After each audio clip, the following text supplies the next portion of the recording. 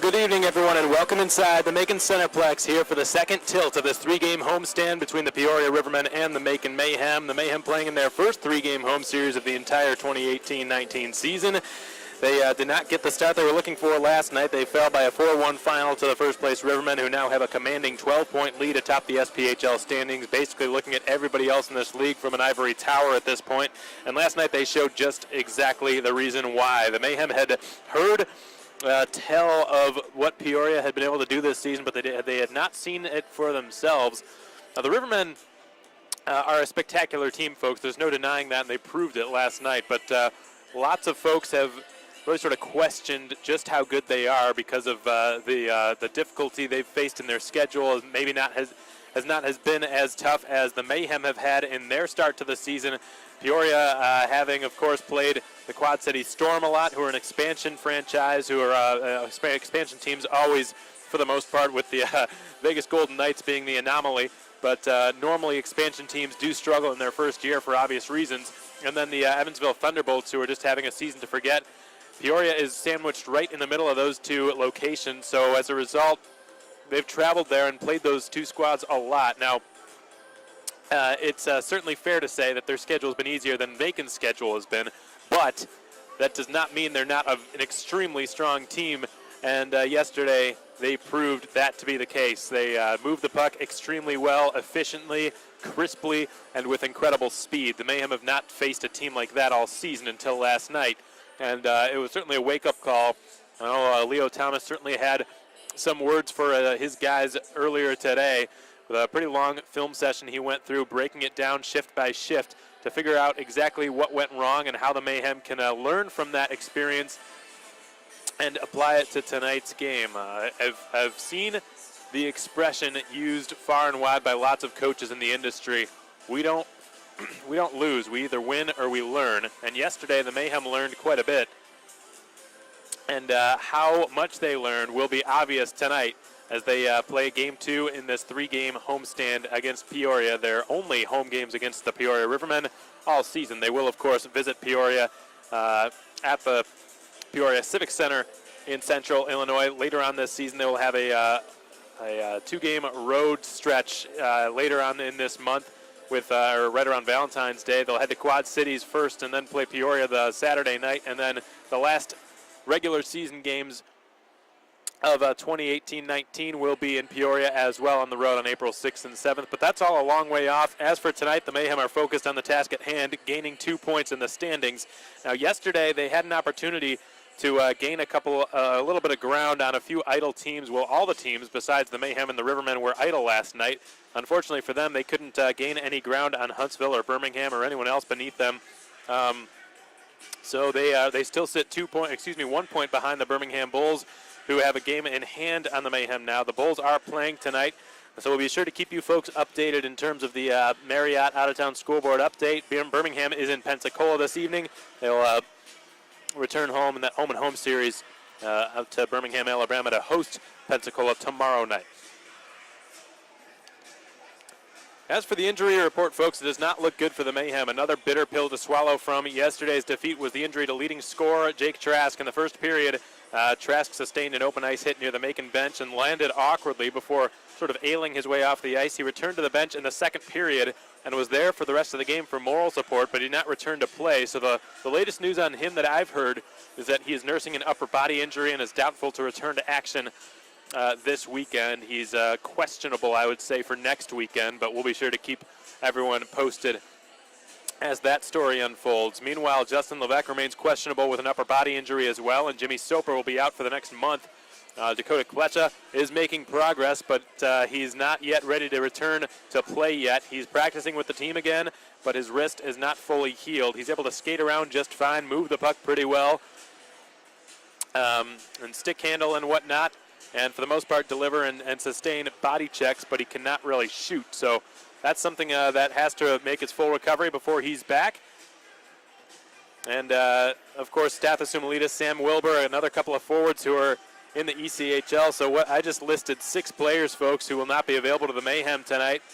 That's 2 full lines, and everyone I just listed were very capable and critical pieces to the Mayhem's early season success that they had. So Facing Peoria is a challenging enough task in and of itself. Tonight, the Mayhem will be doing it severely undermanned, but they did receive some good news today, and that's that defenseman Jake Fayella, who was up with the Greenville Swamp Rabbits in the ECHL, playing for former Mayhem head coach Kevin Kerr.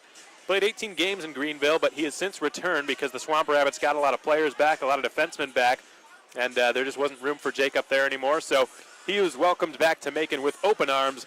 Will be starting on defense tonight, not starting per se, but he will be playing on defense tonight. Nick Minerva will shift up to the forward position. I spoke with him briefly before the game started. He told me that he has played forward in his past, a lot when he was younger, a little bit more recently when he was playing junior hockey, but we're looking forward to seeing Nick Minerva up front for the first time this season, and Jake Fayella, of course, we're so glad to have him back. And the Mayhem defense core looking really good now, with Urban returning and Fayella returning basically all in the past week.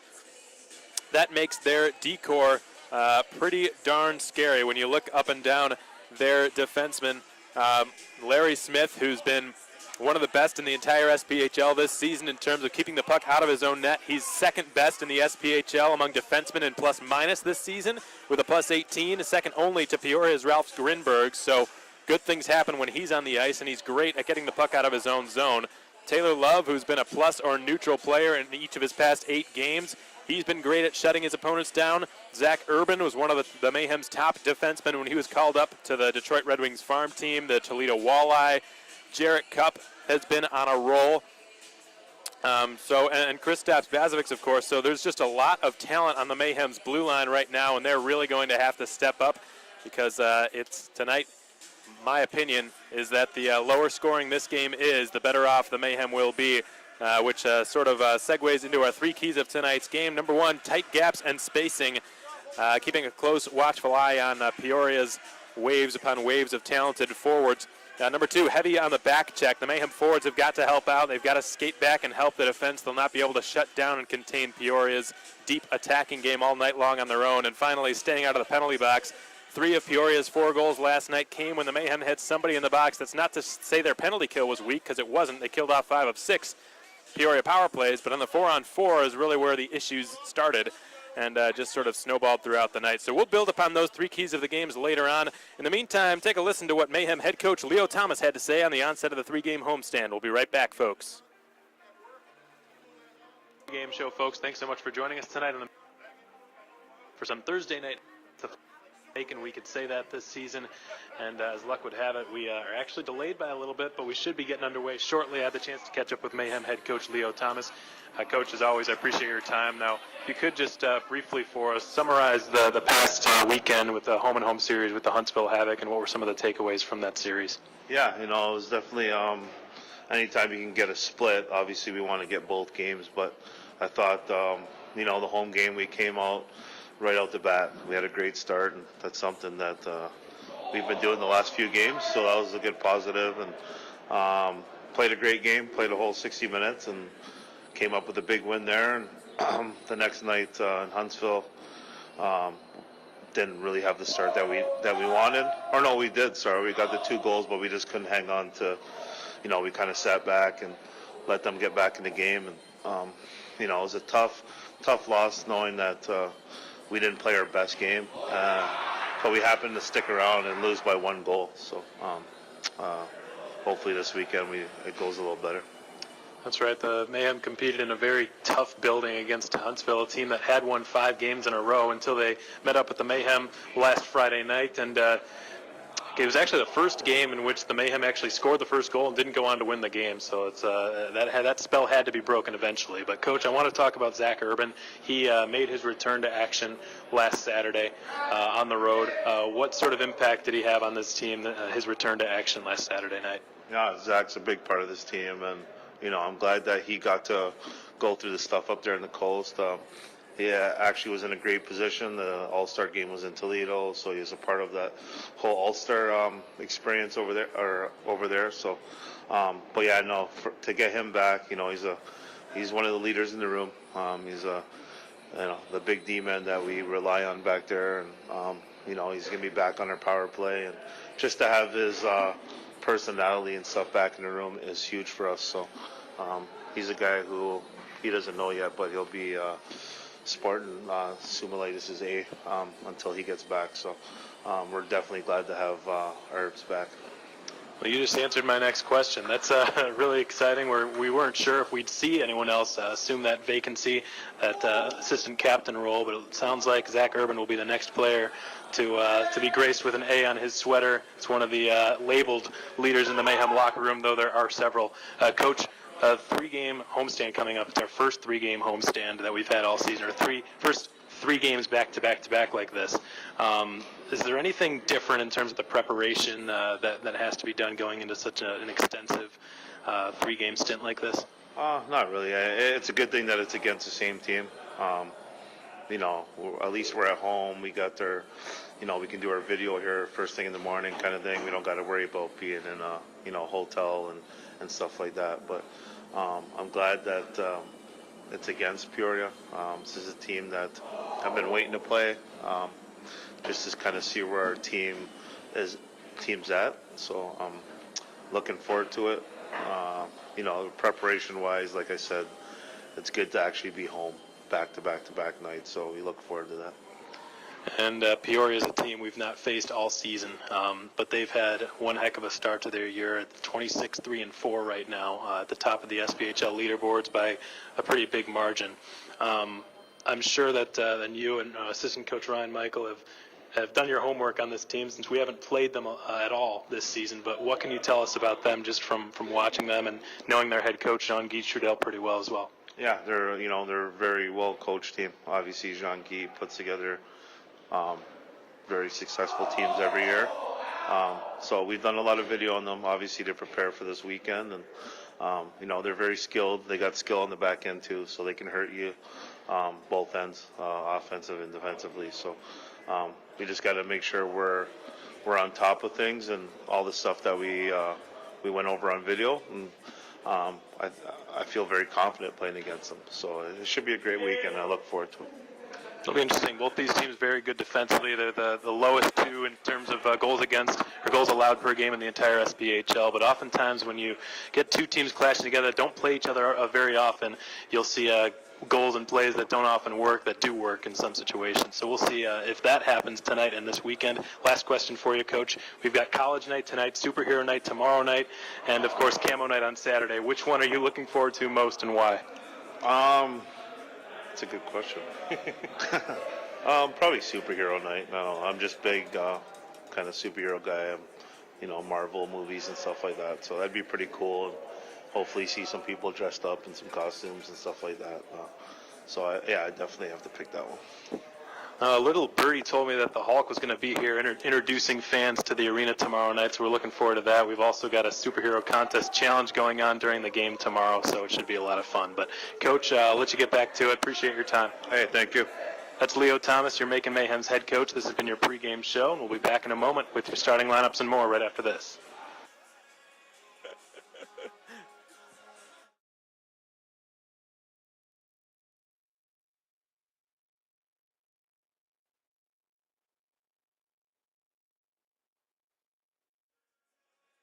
All right, well, welcome back, everyone. We hope you enjoyed that interview with Mayhem head coach Leo Thomas. In case you didn't figure that out, that was yesterday's interview. We just decided to run it back because I think a lot of folks probably couldn't make it couldn't tune into yesterday's game. What with the delay going on, of course, and it being a work night and a school night, I figured that a lot of folks probably missed the interview from yesterday, so I decided to just play that one back. And the message pretty similar, I think, from Leo Thomas and the Mayhem. The biggest difference, of course, being the film session that took place in that time lapse that happened, just really a 23-hour turnaround from last night's puck drop to tonight's. And Leo Thomas he believes, and so does to his teammates, that he is a lot more prepared for this Rivermen squad here tonight. When you face a team and you get that one under your belt, that first one under your belt, and you know exactly what they are all about, it's a little bit easier to have some more confidence heading into the game. And, of course, maybe with the fact that it's superhero night, which Coach Thomas is very excited about, of course, that can light a fire under him and his team as well. We've got the Hulk, and we've got Raphael from the Teenage Mutant Ninja Turtles greeting folks to the arena tonight. Last night, of course, being college night, there was $8 admission for college students, and we had the Coors Light jerseys that the Mayhem skated out onto the ice with for warm-ups. Coors Light, the official sponsor of the Mayhem's warm-ups. And those jerseys look pretty slick, I must say.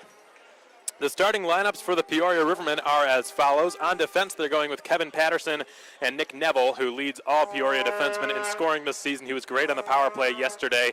Dean Yakura up front with Pius Rulavicius and Drake Hunter. So Jean-Guy Trudel shifting things around a little bit for his starting lineups. I spoke with Brad Kupiak, the broadcaster for the Rivermen, on the subject a little bit earlier. He informed me that Coach Trudel not really one for sticking with the same lineup all throughout the night. He does not mind shuffling things around one bit. The Mayhem starting lineups will be announced by Charles Olson momentarily. For those of you who did not hear the news, Jake Fayella is back. The defenseman number 4, who returned from the Greenville Swamp Rabbits literally hours ago, is sporting the Mayhem uniform for the first time since November. We're really thankful to have him back in the fold. He was a big part of the reason for the Mayhem's goals allowed per game, which is still one of the best in the league, second behind only, guess who? The Peoria Rivermen. This very well could be a defensive showdown here at the Macon Centreplex tonight. And one of those every now and then, not such a bad thing. Those can be a lot of fun, lots of tension and anxiety do those games oftentimes come with. Starting on defense, number 2, Larry Smith, Niagara University grad, who will also be countered by one of his former teammates and one of his good friends, Kevin Patterson, a fellow Niagara grad who plays for Peoria and wears the number 7. Jake Fayella is back in Mactown, gets a thunderous round of applause here at the Centreplex as his name is announced. Smith and Fayella certainly make a formidable defensive pair. Caleb Cameron, who ranks 3rd on the Mayhem in shots on goal this season. He loves to rip it, and the Mayhem will need a lot of those here tonight. 96 shots on the season for number 10 in blue. Sean Reynolds, playing in just his 6th game with the Mayhem, led the Elmira Enforcers of the FHL in scoring when he was called down to Mactown to help out Leo Thomas's squad. Joined by Alexander Tallien out of Crystal Lake, Illinois, who's been red hot lately. Had a 4-game goal-scoring streak just snapped after yesterday, but he's still on a 5-game point-scoring streak. And Ian Silvas is in goal tonight for the Macon Mayhem. He's won 3 of his last 4 starts as the Buffalo native, and he boasted a .921 save percentage over that 4-game span. The rest of the Mayhem skating out onto the bench to join their starters here in game number 35 of the 2018-19 regular season. It's game 35 for both of these squads. They're the only 2 teams playing last night. Peoria with the 4-1 win, advancing and extending their lead in the SPHL standings. They now had a commanding 12-point advantage over the Birmingham Bulls for first place in the league. The Mayhem can pass the Bulls tonight should Pensacola take care of business and the Mayhem take care of business as well. But in the meantime, Caitlin Champion, a Mercer University student, will be singing our country's national anthem. Keep it right here, folks, on the Mayhem Broadcast Network.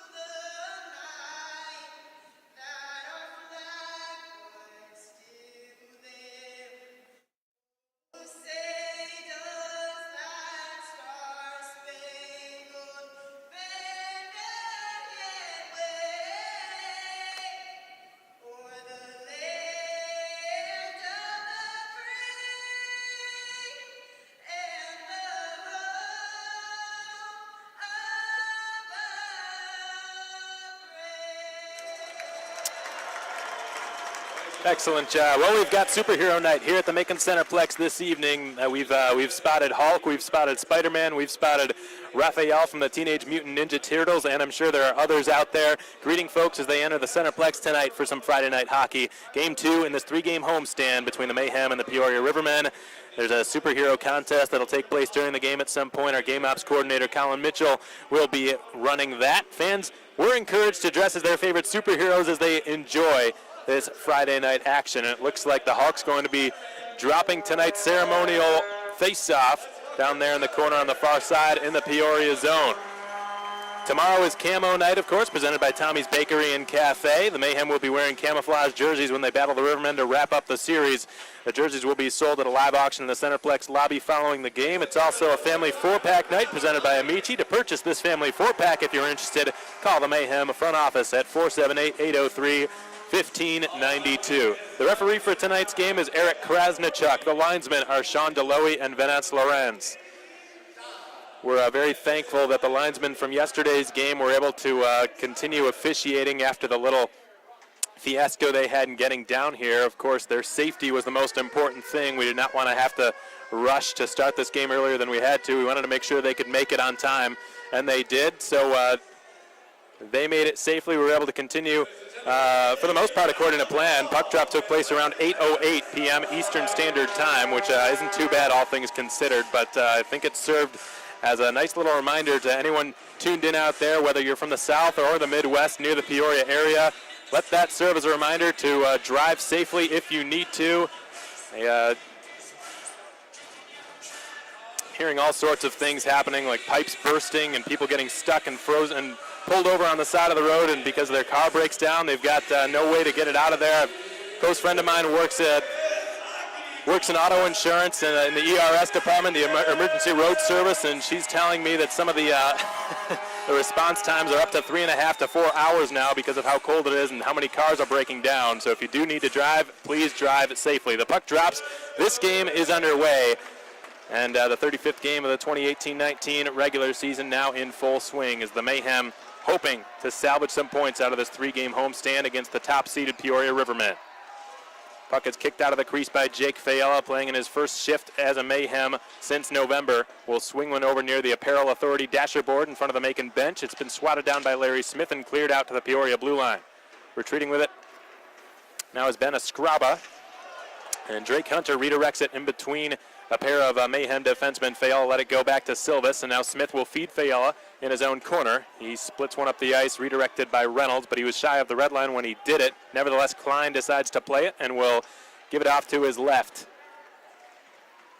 Stephen Klein leads the SPHL in goals against average and save percentage. He will be a tough nut to crack tonight for the Peoria Rivermen. There's no doubt about it. The Middlebury College grad. Yesterday, the Mayhem faced Storm Phaneuf, so different goaltenders for each side on hand here this evening. Bo Walker will send it down the boards. It's intercepted by Derek Sutliff, who's joined by Zach Urban on the rush. Sutliff turns the corner and shoots off the side of the net, and Klein never had to make a save. And now it's whacked behind the goal by Kevin Patterson. Sutliff will leave it for Michael Cimello, who spins with John Seamer, who turned 27 years old yesterday, the alternate captain. Now one of just 2 Mayhem players sporting an A on his sweater, with Urban's being recently promoted. Urban was recently promoted. He got the A yesterday at the onset of Thursday night's tilt. Jarrett Cupp turns his attention towards the Peoria zone. Feeds it up to Derek Sutliff. The quick return is in Cupp's wheelhouse, but his shot was blocked. And here come the Rivermen. It's Gertler through center ice. 1 versus 2. Gains a follower in Greenberg, who he will feed nicely through lots of Navy sweaters. Greenberg back to the point. Greenberg walks the blue line, fires a wrist shot. Blocker saved by Silvis. And a far half wall, it's Alec Hageman, who scored the ultimate game-winning goal last night on a Peoria breakaway 4-on-4. Now Nick Neville, back up to Hageman, the captain, from the blue line with a slap shot that whistled wide of the right post. And it's Neville again, long screen shot, missed the right post again, inches away from lighting the lamp early for Peoria. 3 of Peoria's 4 goals last night came when the Mayhem were not at full strength. They were at even strength 2 of those 3 times, but it was at 4-on-4. The Mayhem need to stay out of the penalty box tonight. That's, without a doubt, one of the most important keys of the game. A 4-man scrap takes place in the near corner of the zone, and the Mayhem end, and Love will pick it up and send it around the end boards Vinny Caligiuri has his pocket picked by Greenberg as it slides back to Nick Neville in his own zone. Vinny Caligiuri has played against the Rivermen 9 times. He's got more experience against them than anyone as Larry Smith delivers a huge hit on the near half boards against Drake Hunter. So Caligiuri, with his experience playing against the Rivermen when he was with the Quad City Storm, that might prove to be invaluable as the Mayhem look to beat the Rivermen for the first time this season. Caleb Cameron was one of the 3 stars of the game last night. He was the 3rd star, had an assist and a bunch of hits, probably 3 or 4 enormous body checks. And Larry Smith doing just that moments ago. Smith is actually a tougher player than many would surmise as Cameron will chase it down in the corner on the far side of the ice. He's pinned up by 2 Rivermen. Reynolds gets his stick in there to do some knife work. He's pinned to the end boards by a cross-checking Dean Yakura at the moment. Swung back to the blue line and walking it now. Jake Fiala snaps off a wrist shot. It was blocked on the way through by Jake Hamilton. The Rivermen have just squeaked one out into neutral territory. Carried up the ice by Pius Rulavicius. Tauline turns his attention into the Peoria zone. He will fire it in from center ice. Routinely stopped there by Stephen Klein, who will take a whistle stopping play. Klein with a 1.88 goals against average and a .928 save percentage coming into this game. Best in the SPHL among qualified goaltenders. Storm Phaneuf has actually got a better goals against average than he does, but he's only played in 10 games. I'm not sure what the threshold is, the minimum number of games for you to qualify in that statistic. Offensive zone face-off win by John Seamer. Sutliff gets in there, picks up the puck, attempts a sharp angle shot that never quite reached Stephen Klein. Sutliff stays on it well, spins it down the half wall. Chimello cycles it down to John Seamer inside of the trapezoid behind the Peoria net. Chimello ending up with it on his stick, trying to send it back to Urban, who's well covered at the point. He decides to just spin it below the net instead, where Sutliff will kick it up to his stick, has it batted off his blade, and the Rivermen are out to center with it. Chimello with a good back check, covers some ground, loses the puck. Offside is the call against Peoria. Jean-Guy Trudel, the Rivermen head coach, maybe a little bit upset with that call because if I'm not mistaken, the Mayhem actually carried it over their own blue line, in which case the offside whistle should have been void, but that was not the case, and the faceoff will take place right in front of the Macon bench. Taking this off, this neutral zone face-off on the offensive side of the ice will be Justin Greenberg for Peoria, countered by Seth Ronsberg.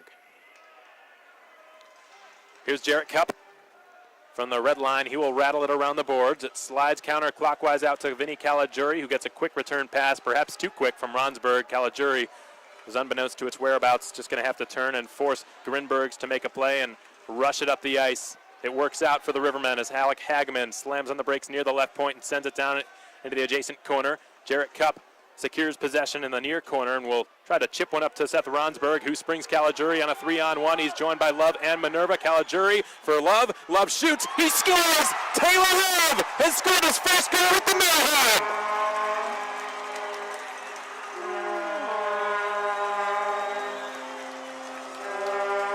We talked about Vinny Caligiuri and his experience in playing against Peoria. No one on the Mayhem has played against this team so many times. This is his 9th game against the Rivermen this season.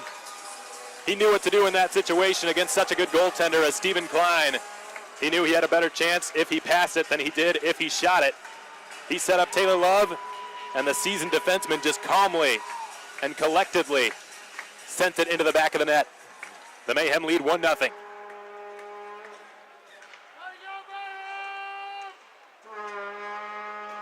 Sean Reynolds will dump it in. It goes around the boards, clockwise out towards Tauline, who will send it in the direction of Caleb Cameron. Reverse to the blue line for Fayella, who hammers it wide of the right post. Batted out of midair by Sean Reynolds. No high stick, but it ends up squeaking past the blue line. Perhaps not. Well, it did. The linesman calling an offside against Macon. Caligiuri will be getting the primary assist on Love's first goal with the Macon Mayhem. And Seth Ronsberg getting the secondary. He might not have gotten an assist on the play, folks, but I've got to give a lot of credit to Nick Minerva. He's playing in his first game at forward. He was on the rush with Vinny Caligiuri on that 3-on-1. Now, a selfish player in that situation would have been ferociously tapping his stick, begging for the puck. He knew he had a good chance at the net if the pass came his way. Instead, Minerva knew that the Mayhem had a better chance if Caligiuri sent it to the tail gunner on that play. And in this case, it was Taylor Love. Minerva was actually pointing on the 3-on-1, pointing for Caligiuri to send the pass to Love instead. Caligiuri listened to him, and Love had a much better angle. And the lone defenseman who was back for Peoria did not have any means of interrupting the pass. So give a tertiary assist to Nick Minerva, who just displayed tremendous hockey IQ on that Mayhem goal. Very selfless play by the Mayhem's youngest player. Got to give him credit. Also playing his first game at forward this season. Really smart heads-up play by Nick Minerva. Caleb Cameron's going to take a neutral zone face-off, countered by Dean Yakura. Yakura's able to win the face-off, and the Rivermen will skate it out to center ice. Escriba sends it off a Macon stick. Into the right corner it bounces. Jarrett Cupp trying to work it back up the half wall on the near side. Reynolds has his pocket pick. Down goes Rulavicius. Huge check. Open ice hit delivered by Alexander Tallien. That hit brought to you by Harrison's Body Shop Collision. Now it's Urban saucering a puck, angling it off the glass. Tipped by Reynolds. No icing here as Escriba is checked by Caleb Cameron.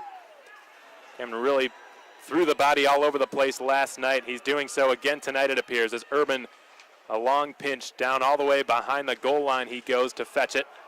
He decides to retreat back out to his customary spot and orders Tallien and Reynolds to move up. Puck redirects awkwardly off a stanchion, nearly a fortuitous break for the Rivermen. What a crazy bounce that was as Silvas came out to challenge the redirect with his pads to kick it away, and the rebound nearly went right to Mike Gertler, who almost tapped it in to tie the game. That would have been exceptionally unfortunate for the Mayhem had the Rivermen managed to tie things up just then. But they have just iced the puck. 13:42 remain in period one. The Mayhem have a 1-0 lead. That icing call has just been brought to you by Tropical Smoothie Cafe, and Dean Yakura's unit will step in to take an offensive zone draw. Check that. It's going to be Austin Veith's unit. Veith joined by Ben Blasco and Bo Walker, both of whom scored a goal last night.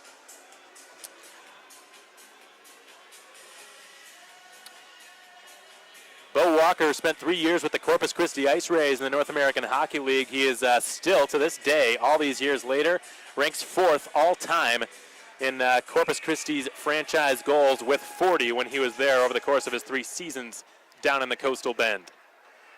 Jake Fayola's clearing attempt is broken up, and it's brought down the wing by Blasco, who sends it on net, and Ian Silvas is able to make the stop. Ben Blasco, a 2-point night yesterday, leads the entire SPHL with 42 points, 14 goals, 28 assists. And he's a rookie. This is his first pro season. Just came out of Canadian college hockey with the University of Ontario Institute of Technology. The Rivermen winning the offensive zone draw, but the puck slides between the two blue liners and out into neutral territory. It's chipped up to Blasco, who will feed one over to the half wall on the far side. Bo Walker will put it behind the goal line now. Puck is picked off by Seamer. Goes off a Macon skate. Offside is the call against the Rivermen, and this faceoff will take place in the neutral zone again, right in front of the Macon bench. Both teams will change some personnel up with 13:15 remaining in the first period. The Mayhem up 1-0, courtesy of Taylor Love's first goal with the Mayhem. Love's been an outstanding defensive presence for Leo Thomas and the Mayhem since he was brought aboard by the Carolina Thunderbirds. In his past 8 games, he has been a +9. In each and every one of those 8 games, he has not gone negative once. He's either been neutral or positive in all of them. Good things seem to happen when he's on the ice. And a long overdue and well-deserved first goal with the organization. Alec Hagman racing down the right side. Hagman fakes, shoots. Silvas had the angle covered, makes the save. Silvas was able to bat that sharp angle bid down with his glove and secure it in his crease. Ian Silvas has won 3 of his last 4 starts. He had a 3-game winning streak when he played against his former team, the Evansville Thunderbolts, and then he got a win against the Huntsville Havoc as well when they came into this building on January 25th in that 4-1 decision over the defending champs, who were on a 5-game winning streak at the time. That was snapped by none other than Ian Silvas. He did not, however, get the win the following night at the end of the home-and-home series in that 5-4 barn burner out at Von Braun Arena. Jarrett Cupp is checked pretty hard by Pius Rulavicius. Ronsberg and across the blue line. Offside is called against Nick Minerva and the Mayhem. It was a tough call made against Minerva last night. I'm sure he was probably kicking himself a little bit. Just an unfortunate situation there. The puck was chipped past him on a Mayhem power play, and just to try to slow down the forechecking Rivermen, he just sort of stuck his body out and accidentally kneed one of them, which is a big no-no. And it ended up resulting in a 4-on-4 in which the Rivermen scored twice. So I'm sure he felt guilty by the time he got out of the penalty box, but sometimes things like that happen and they're not in your control, and you just can't help but feel responsible for it. Here comes Stephen Gall down the right wing side. Cup rides him into the turnbuckle, takes him off the puck. Two of them are scrapping away for it now. Caligiuri enters the mix and battles for possession as well. He's joined in the fray by Dean Yakura. Yakura concedes possession to Vinny Caligiuri. It's spun around to the half wall on the far side of the ice near the sign station dasher board. Puck rattling around down there in the far corner, and Ronsberg will scoop it up and send one up ice where it's redirected by Minerva, short of the red line, but it will not go far enough for icing, so play continues. The Mayhem change him up fire wagon style 8 minutes into the contest. A fresh 5 out there as Caleb Cameron commences the F1 position. Kevin Patterson behind his own net. Outlets it to the left wing side. It's been flung up by Jake Hamilton into neutral territory. Zach Urban, not giving any room for Bo Walker to maneuver at center ice, but the Rivermen continue the attack regardless. Left point, Escraba's drive, seen through traffic and stopped by Silvas. Ben Escraba has been a veteran in every sense of the word. Spent a couple of seasons at Northeastern University and UConn before beginning his pro career with Peoria 5 seasons ago, and since then he's been with the Rivermen ever since. That was the 2013-14 season when he started in Peoria. Justin Greenberg will attempt an offensive zone draw. He wins it. The Rivermen have been great in the faceoff circle this weekend thus far. It's been plucked out of the far corner by Mike Gertler, another Rivermen veteran. Kristaps Bazovic's fighting for possession with Caleb Cameron helping him out.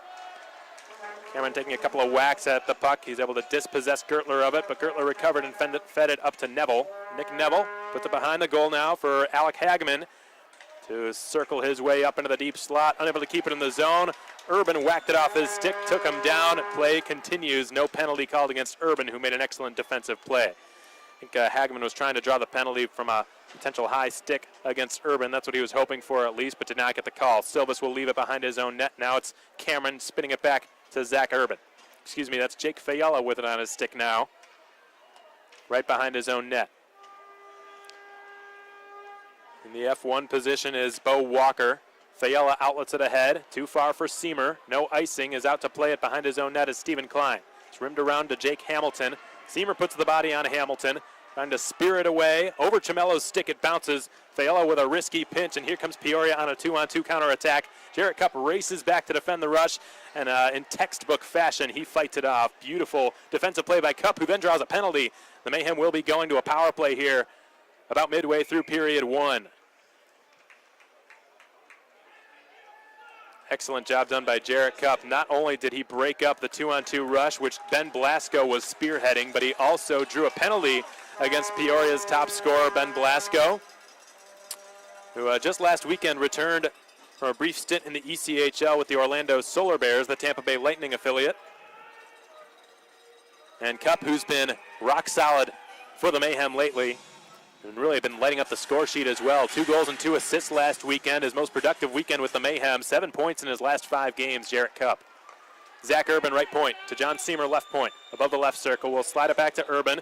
Overskates it a tad, then whiffs on the pass, but recovers in time. Seamer tees up a slap shot. It goes off a Peoria stick, pinballs into the corner on the near side. Chamello secures it. He's knocked off of it. 4 players go scrapping for it on the half wall. Seamer steps in, it squeaks past him, and Urban recovering at center near the Macon logo. He begins to rush it back into the attacking zone. He pops it down the boards. It's been wrapped around to the point on the near side. Seamer will keep it in the zone. John Seamer with a shoulder shimmy. Able to step his way into the slot, feeds it over. Cameron centering, hoping for Chamello. Bounces away from him. Urban keeps it and will step into the slot. Zach Urban, a nice little spinorama to maintain possession. Bazovic's put it in front, redirected over the net and off the protective netting by Caleb Cameron and out of play. We're going to head to our first period media timeout here of the first period. The Mayhem have a 1-0 lead over the Peoria Rivermen. and got off to a great start courtesy of Taylor Love's first goal with the Macon Mayhem. We'll be back in just a moment, folks. You're listening to Macon Mayhem Hockey on the Mayhem Broadcast Network. This season, the Mayhem are offering a great group package. Whether you're a school, a church, a company, or just a group of friends, give the Mayhem office a call and we'll set you up with an incredible group deal. From $13 tickets to free team hats to a unique experience upgrade of your choosing, the Mayhem have got you and your group covered. Call our office at 478-803-1592 to purchase your group tickets to a Mayhem game today. So some bad news, folks. I just saw Larry Smith go down the tunnel. He was followed by Lisa Connolly, the Mayhem's trainer. The Mayhem lost Jake Trask yesterday to an injury. He returned to action. Not to action, I apologize. He returned to the bench sort of for moral support and to help coach the team, but he did not return to the ice. So Trask will be out for a little bit. His return is not certain, but Larry Smith has just gone down the tunnel. We hope for a swift recovery to play for Larry Smith. They just got Jake Fayella back. They do not want to lose another stellar defenseman. Jarrett Cupp, the far corner. He will shuffleboard it back up to the line. Minerva tapping it back to Cupp. Cupp to Minerva now at the blue line. Out of Reynolds. Minerva tees up a slap pass over to Jarrett Cupp, who tries to spin it down quickly to Sutliff, who gloves it out of midair. Derek Sutliff assuming an enormous scoring role with the Mayhem now with the absence of all these star offensive players. Sutliff's production is going to be even more important now, and he's been doing that lately. He's had 14 points in as many games, 7 goals and as many assists over that span. He's got it now, racing down the left wing. He drops it for Reynolds. Reynolds with a shot, missed the left post as it rolls around the boards, out in front of the benches. It's picked up by Pius Rulavicius, who's defended by Minerva. Rulavicius with a bit of a toe drag, lost possession of the puck in that move that he made, and Sutliff will collect it and send it up to Tallene, who redirects it past Greenberg. Tallene is outnumbered. He's got to wait for some help to arrive from the Macon bench. The Rivermen have returned to full strength in the meantime as Blast goes out of the box. It's brought through center now by Dean Yakura. Yakura will chip it into Macon territory. Dean Yakura, 33 years of age. This is his 9th professional season. He first was with Pensacola way back in 2010-11. He also played a season for the Nikko Ice Bucks in Tochigi, Japan back in 2012-13. So he's really played pro hockey all over the world and brings his experience, 9 years of pro experience, to the Peoria Rivermen. Puck's been cleared all the way down from the Macon zone. No icing as it took a bounce off a stick. The Rivermen sending one out into Macon territory. Bazovic with a head fake to find Cupp, and Cupp will send one up the middle of the ice. It's taken by Caligiuri, who assisted on the Mayhem's lone goal so far. Ronsberg's cross-ice pass is intercepted by Jake Hamilton. Here come the Rivermen. They've got some numbers. Cupp is back defending. Good back check. The shot is off and stopped by Silvas, who kicked out the right pad. It's worked up to the blue line. Grinbergs hammers it. Missed the left post. Rather, that was a Scraba who took the shot. Neville will scale down the boards, and Seamer pickpockets him of possession in the corner on the near side of the ice. Zach Urban, his fellow alternate captain, will spin it up the wall. Redirected on the shot by Neville, stopped by Silvas. This time it's a Scraba taking a shot. Again, it's redirected, but this time with nowhere near as much speed as it needed. Seamer down the left wing side. It's joined by Sean Reynolds. Seamer is dispossessed of it as he was heavily outnumbered and frankly pretty gassed as well. But he still continues back checking against the other 17, Alec Hageman. Seamer ends up with it on his stick. He's got a potential 3-on-2 developing. He will, however, get rid of it and head to the Macon bench. The shot from the right circle area from Chamello is stopped by Stephen Klein, and Hageman back the other direction will skate it. He's defended by Kristaps Bazovic. Sutliff up the left wing side. Cameron is checked off possession by Kevin Patterson. Chamello rides Dean Yakura into the board. The Rivermen have just cleared it down the length. Jake Fayella's got it. He will angle it off his own end wall for Kristaps Bazovic. The return over towards Fayella. Scoops it up and sends it to Reynolds. Has to make a nifty play to himself off the reception there. Almost Sidney Crosby-esque move, but couldn't quite finish it off. He had the right idea. Reynolds on the back check. Recollects the puck. Fayella sends it up to Tallene. He swivels away from Pius Rulavicius. Offside is the call against the Mayhem as we get a whistle-stopping play. 5:38 to play in the first period. Macon has a 1-0 lead, outshooting the Peoria Rivermen by an 8-6 margin. Pius Rulavicius, another Mississippi River King last season, along with Kristaps Bazovic and Ralph's Grinbergs. By TJ Chalat, the River Kings broadcaster, must have had a fun time broadcasting those games with names like Grinbergs, Bazovics, and Rulavicius. My goodness, all on the same team. Cup to Jake Fayella. Leads a saucer pass down the left side. Sean Reynolds steps into the high slot, gives it over to Cameron, whose shot skitters through the goal mouth, but wide of the right post. Jake Fayella with a good pinch. Pops over Sean Reynolds' stick and spun to Neville. He will chip it off the glass. Kicked along the blue line horizontally, twisted back into the attacking zone by Reynolds. It was on net and stopped routinely by Stephen Klein. Tallene delivers a big hit against Nick Neville. And Walker takes it wide on Urban. Walker thinks he sustained a high hit. Blasco will drop it into the slot, and the shot from Walker gets blocked. Veith takes a shot, stopped by Silvas. Veith gets it back in the corner on the near side. The rookie will spin one around to the half wall on the far side of the ice where Grinbergs will keep it in the offensive zone. And Veith sends it rink wide. It's picked off by Minerva, chipped off the glass, a bit dangerously, but he just kept it low enough to prevent getting a delay of game penalty. And now it's brought through the middle of the ice and chipped in from the red line by Ralph's Grinbergs. Played aside by Ian Silvas. Shoveled out to the neutral zone. Patterson had some difficulty with it, but he eludes Chimello. It's been dumped in by Gertler, halted by Silvas. He sends it to Zach Urban. Urban backhanding a pass up to Ronsberg. The Mayhem have some numbers here as they enter the attacking zone on the counterattack. It's Chimello ripping a shot off, stopped by Klein. Bounces off the backboards, and it's been cleared up to Alec Hageman, who scored the game-winning goal last night for the Rivermen on that breakaway. Jarrett Cup ordering Taylor Love to skate up ice with it. He does so. He will rattle it around the boards. Jake Hamilton has lost one of his gloves. His left glove is down in the Peoria zone. He continues playing. Jake Hamilton, one of Peoria's defensemen, without his left glove, and he's still playing. Seamer intercepts a rolling puck. It's sent back to Jake Fayella, who returns it over to Seamer. Fayella played 21 games in the ECHL this season. That's more than a third of the campaign. Certainly got some experience at the affiliate level now at this point, playing for Kevin Kerr in Greenville and also playing in Atlanta for 3 games as well before heading to Greenville. Stephen Gall sends it back to Dean Yakura. Walker for Gall. Gall's shot gets blocked. The Mayhem doing a superb job of blocking shots so far tonight. Jake Hamilton's glove is still down there, folks, near the Ortho Georgia orthopedic specialist dashboard. Bo Walker buys some time. Veith fires a long wrist shot that goes wide of the stick side post of Silvas. It's turned back towards the net by Ben Escravo. Redirects out of play, and we get a stoppage. That flying puck has been brought to you by Blues Painting and Home Repair. 2:39 to go in the first period. 1-0 Macon is your score. Taylor Love with your lone goal up till this point. We've not seen or heard anything about Larry Smith's return, but we will keep you folks tuned in, posted as often as we can on that situation as it develops. Leo Thomas squaring off against Jean-Guy Trudel for the first time as a head coach. Trudel, if not made a lot of friends in his career, in his very successful regime with the Peoria Rivermen. Obviously, when you make the postseason and you're in the top few teams in the SPHL year after year, you're going to make some enemies, and Trudel has certainly done that here in Macon and elsewhere.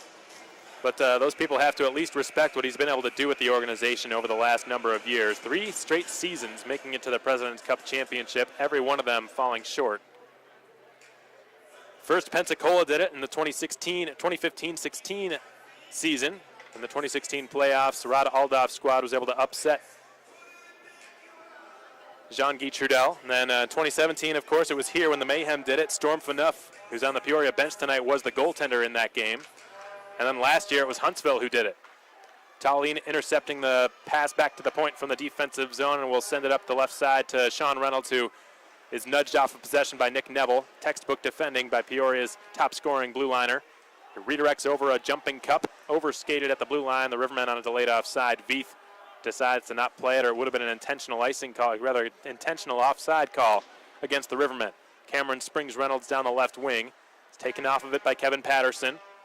Patterson gets it right back. from the red line. He will fire it in. It gets blocked by Cup, who was certainly stung by it, but he gets back onto his skates and takes his lickings like a man. Skates right back to the Macon bench. He may have that looked at, but Lisa Connolly right now is occupied. Larry Smith is taking care. She's taking care of Larry Smith at the moment, I should say, in the Macon dressing room. Back to the blue line. It's sent. Ralph Grinsbergs over to Patterson. The Rivermen on a delayed offside now. They've got to retreat back and tag up. Sean Reynolds. The minute and a half remaining in period one. The Mayhem up 1-0. Minerva redirects it into Peoria territory, and big hit is delivered by Ronsberg, but here comes Greenberg the other way, swiveling into the zone, leaving it off for Gall, whose shot pad saved by Silvis. Greenberg to Gall. In the corner on the near side, the Downers Grove, Illinois native is dispossessed of it by Jake Fayella, who shovels it up the half wall. Ronsberg hit from behind, no penalty. Gall ends up with it again in the deep slot, swivels to the outside, leaves it off, slap shot by Escriba, stopped by Silvis, and cleared out to center. Last minute of play, 1-0 Macon. Peoria, however, buzzing for this tying goal. They want to go into the first intermission tied. Not once all season have the Mayhem lost a game when leading after one period of play. They are 18-0 in that respect. Kevin Patterson, Niagara University grad, good friend and teammate of Larry Smith. The two of them played defense together up there in the Atlantic Hockey Conference.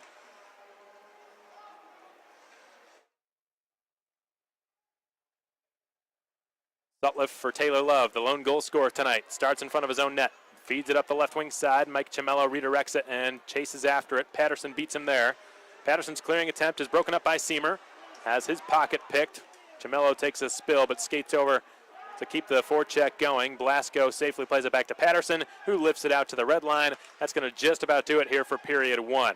So the Mayhem got the start that they wanted and needed. Again, folks, not once all year have the Mayhem entered the second period with a lead and failed to take the 2 points. On home ice when entering period two with a lead, they're 9-0. Overall, they are 12-0, so I want to retract my previous statement. They're 18-0 when entering the third period with a lead. They're 12-0 when entering the second period with a lead. So all the same, they're undefeated, so Peoria's got to break the spell. The onus lies upon them to do so. In the meantime, we're going to take a pause here on the Mayhem Broadcast Network. We hope you enjoyed that first period of play.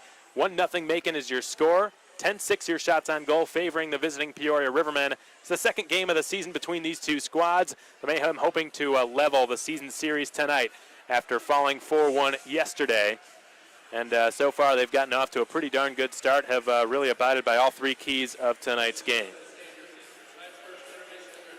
Our first intermission interview is with returning defenseman Jake Fayella, who's making his return to action tonight in front of a pretty fired up Friday night Superhero Night crowd.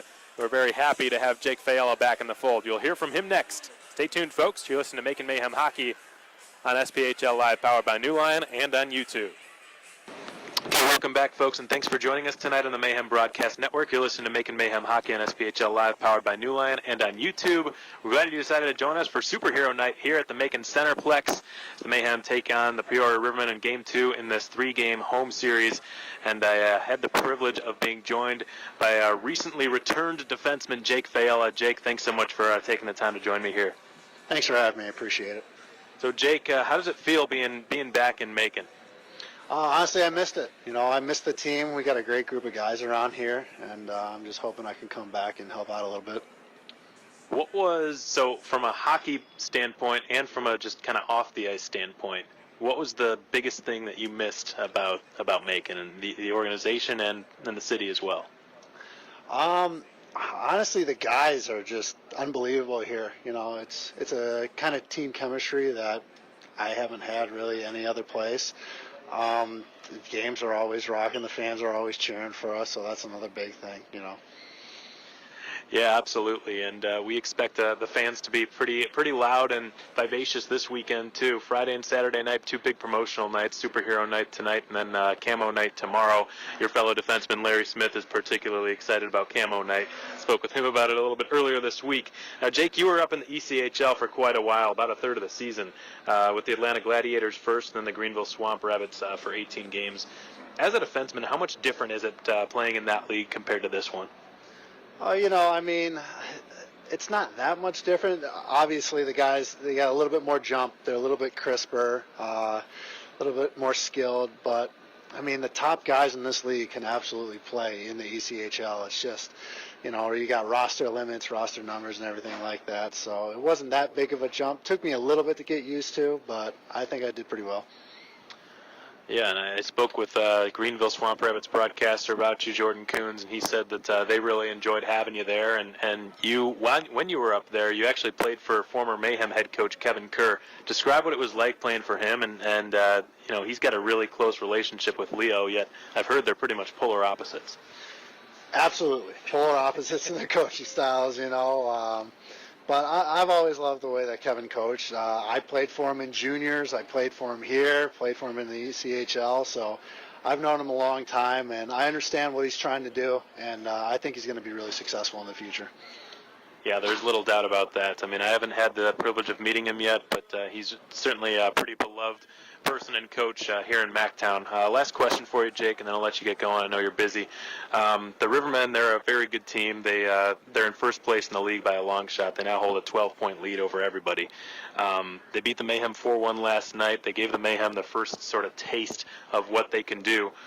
What are some things that you plan to do tonight to help this team take a couple of points back? I'm just going to go out and play my game, which is just be good defensively, try to get the puck to the forwards as much as possible. Honestly, to beat this team, it's just going to take a lot more effort. I think it's going to take a lot more effort, a lot more focus from our guys, sticking to the system that Coach Leo's given to us, and if we do that, we'll be successful. Yeah, the Mayhem are a very good team defensively, second best in the league in terms of goals allowed per game, and you're a big part of that statistic, so we're really excited to have you back, and we look forward to seeing you out there. Thank you. Appreciate it. That's Jake Fayella, number 4 defenseman for your Macon Mayhem, playing in his first game back after an 18-game stint with the Greenville Swamp Rabbits of the ECHL. This has been your first intermission report. We'll be back in just a moment with your Marriott out-of-town scoreboard update and more right after this.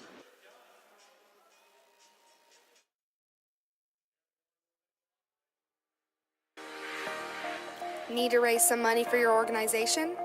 Contact the Mayhem front office and we'll be happy to partner up with your group to help you fundraise for a cause. You buy tickets from us at $10, you sell them for $15, and then you keep the remaining $5 per ticket sold for whatever cause you like. Call our office at 478-803-1592 to set up a fundraiser for your organization today.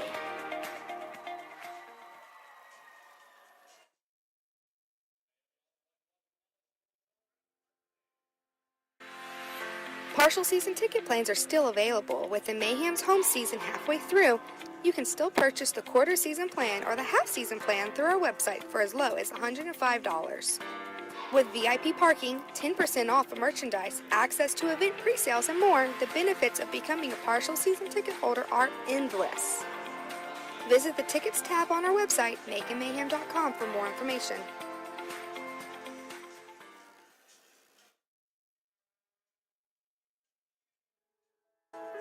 Don't forget, Mayhem fans, the Mayhem are having a different promotional night for every one of their home games in the 2018-19 season. With 90s Night, Superhero Night, Princess Night, Military Weekend, and so much more, there won't be a game all season where we won't have something exciting going on at the Macon Centreplex. Visit our website at maconmayhem.com for more details. Okay, well, welcome back, everyone. We hope you enjoyed that exclusive intermission interview with Mayhem defenseman Jake Fayella. He spent 21 games this season in the ECHL, played 18 of them with the Greenville Swamp Rabbits, 3 of them with the Atlanta Gladiators, and was a positive rating when he came back from Greenville, a +2 through all those games. Jordan Coons, the Greenville broadcaster, said that he certainly played his role well and did exactly what he was brought up there to do, which was keep pucks out of the Greenville net. And then former Mayhem head coach Kevin Kerr, who's with the Greenville Swamp Rabbits now, certainly enjoyed having him, or he wouldn't have been up there for such a long time.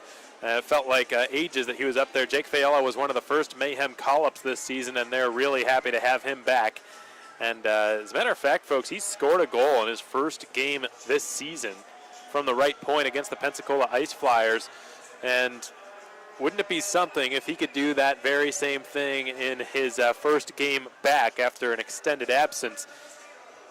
That would be something spectacular. We'll see if that happens. It was a long right point shot near the Texas Roadhouse dasher board on the other side of the visiting bench, but it was just a pretty routine shot on net, but you've got to be skilled enough to get those shots through and have enough velocity on them to get it past the goaltender through all that traffic and through the heavy screen. So Fiala, not just a shutdown defenseman, he can contribute offensively too, but he certainly excels more than anything at keeping the puck out of his own net. And someone else who does, his defensive partner, Larry Smith, who we've not heard anything from yet since he went down the tunnel with Lisa Connolly. So hopefully Larry's okay. His family came in all the way from Buffalo, New York to watch him play this weekend. I spoke with his father, also named Larry Smith, yesterday. He came up to the press box, introduced himself, nice guy. Had a good talk about Larry and how excited he was to come to Macon, and his relationship with Kevin Patterson, one of Peoria's defensemen, a good friend of his and teammate at Niagara. Why he chose to go to Niagara, it was just 10 minutes away from his home of Buffalo, New York, and talked about some of his hobbies and passions. Larry Smith, a huge outdoorsman, avid hunter, fisher, you name it, and grew up going up to his grandparents' cabin not far from Buffalo, New York, sort of out in the wilderness. When you think of New York, you don't really think of outdoorsy type of stuff, but apparently his grandparents had one. They had a cabin out in the middle of the woods, and he loved going up there as a kid and hunting and fishing, and he's got a few tattoos that sort of embody those experiences that he had as a kid, of sort of just the woods and some of the wild animals and whatnot. He's got lots of camo gear, and he's really fired up. We'll have I interviewed him for the weekend preview that's on Mayhem social media. If you folks are interested, you can go check it out. It's on our YouTube page as well, but we'll get that full interview. We had to cut it up for time reasons, but we'll get that full interview exported in an MP3 file, and we'll play it probably in the first intermission of tomorrow night's game for you. So if you want to hear that interview with Larry Smith, where he talks about some of his passions and talks about camouflage night tomorrow and whatnot, tune in to the first intermission of tomorrow night's game, and we'll play that interview back for you. It was a lot of fun catching up with him and hearing about some of the stuff that he enjoys doing off the ice. So let's take a look at our out-of-town scoreboard update presented by Marriott Hotels. Unlike last night, it's actually a busy evening throughout the SPHL. All 10 teams are playing tonight. Nobody is idle. The Evansville Thunderbolts are in Roanoke, losing 3-0 halfway through regulation to the Rail Yard Dogs. The Knoxville Ice Bears and the Fayetteville Marksmen knotted up in a 1-1 stalemate up in Knoxville, Tennessee. The Huntsville Havoc and the Quad City Storm playing out at Von Braun Arena in Huntsville, Alabama. A couple of goose eggs on the board right now out in Alabama. No score between the Storm and the Havoc just yet. And finally, the Pensacola Ice Flyers set to host the Birmingham Bulls in the first game of a home-and-home series. A three-game home-and-home series. Just a two-game home-and-home series with the Pensacola Ice Flyers and the Birmingham Bulls. That will take place tonight in Pensacola, tomorrow night in Birmingham, and the Bulls hoping to maintain their positioning ahead of the Mayhem in the SPHL standings. Currently, they have a 1-point lead and one game in hand on the Mayhem, and the Ice Flyers can really do Macon some favors by winning these couple of games against Birmingham in that home-and-home series. Now, last weekend, Pensacola did the Mayhem some favors, certainly, by taking care of Peoria and making their life a little bit more challenging than one would have guessed, given the fact that when Peoria went down there, the Ice Flyers were in 8th place, or really 9th place, tied for 9th place in the SPHL with the Quad City Storm. I should say tied for 8th place, so depending on who got the tiebreaker, you could argue that they were in 9th place at the time, but nevertheless, they were certainly the underdogs going up against the powerhouse Peoria Rivermen, and the Rivermen, and the Flyers made it difficult for the Rivermen. It wasn't just a walk in the park for Peoria, and the Flyers were able to keep the last game close on on Sunday, a 4-3 decision in favor of the Rivermen. And the Rivers have got the shootout win on Saturday, a 2-1 victory down in Pensacola. And they were beaten in the shootout the night before that. So all 3 games were kept within a goal. So you got to tip your cap to Rod Aldoff and the Ice Flyers for really making life difficult for the first place Rivermen in that 3-game homestand they had last weekend. Now for Peoria, the the struggles pretty much ended there, because for the rest of the week they were down. They stayed in they stayed in Pensacola. They didn't go all the way back up to Peoria. It just didn't make much sense for them. It probably, well, as a matter of fact, it certainly would have cost. It would have been more expensive for them to return all the way back home to Peoria, and that 14, 15-hour or so bus drive all the way back to Peoria, and then come back to Macon, which is a lot closer to Pensacola than Peoria is, than it would have been to just stay there. So their owner actually rented them a beach house, and they stayed there all week. The Rivermen did, and sort of enjoyed themselves. We were wondering if maybe all that sun might have slowed them down a little bit last night. That certainly proved to not be the case. Because, well, I know pretty much firsthand, as a pretty pasty guy myself, the sun definitely can take its toll on you, but I'm sure it wasn't all fun and games for the Rivermen. They definitely got some practices in and whatnot while they were down there. But then the long bus ride up to Macon, 5-6 hours or so, didn't seem to take its toll on them at all, as they really came out looking sharp last night when they were here in Macon. So the Mayhem learned their lesson from yesterday. They took what Coach Leo Thomas said to them in the film sessions and really have applied it to their game plan tonight. It's a 1-0 lead in favor of the Mayhem. We've got about 4 minutes or so before second period hockey is brought your way.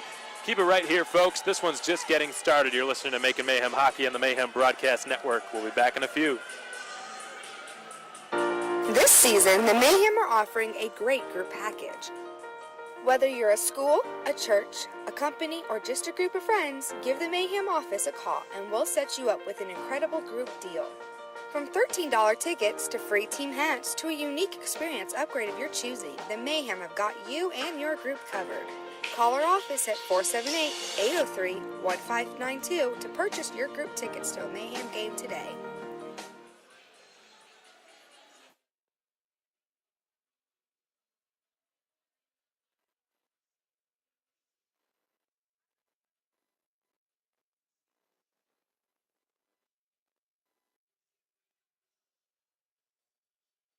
Next season, the Mayhem are offering the most inclusive and rewarding ticket package in team history. These perks extend over all 28 home games at the Macon Centreplex.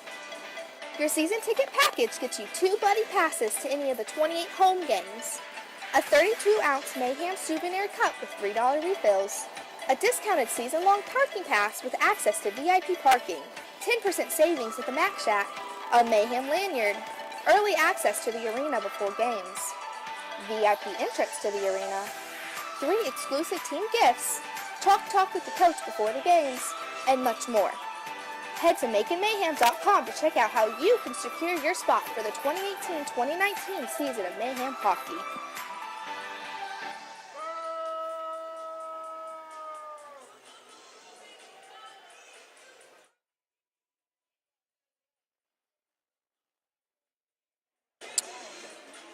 Okay, well, welcome back, everyone. Well, we've got you here. We've got about 2 minutes before puck drop for second period action. Let's take a look back at our 3 keys of tonight's game, because I feel that the Mayhem lived up to them almost perfectly. Tight gaps and spacing was key number 1. They did a superb job of that, forwards and defensemen alike. We knew it would be a big help getting Jake Fayola back on defense. The Mayhem defense core right now, all of them, for the most part, have been red hot. Larry Smith, second best plus-minus in the league among defensemen, second only to Ralph Sprinsberg of Peoria. So he's been great at keeping the puck out of his own net. Taylor Love, been a plus or neutral rating in 8 straight games. Scored his first goal with the Mayhem tonight, the lone goal of this game so far. Zach Urban just coming back from the Detroit Red Wings farm team and the Toledo Walleye of the ECHL. Jarrett Cupp, who's been lighting up the score sheet recently, 7 points in his last 4 games coming into this weekend. And then Kristaps Bazovic, who's got 2 goals and 2 assists in his last 5 home games. He's been superb in this building. So getting Jake Fiala back was like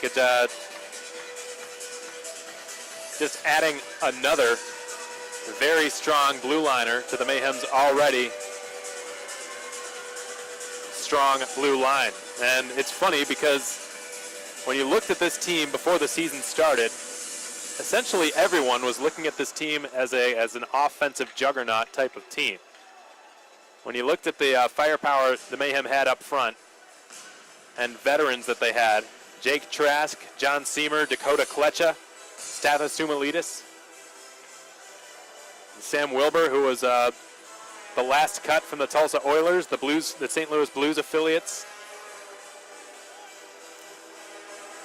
And returning second-year Mayhem, Caleb Cameron and others, it just, they looked more, and they did not have a lot of experienced defensemen in the SPHL. All those defensemen's names who I just rattled off, they're all pretty young.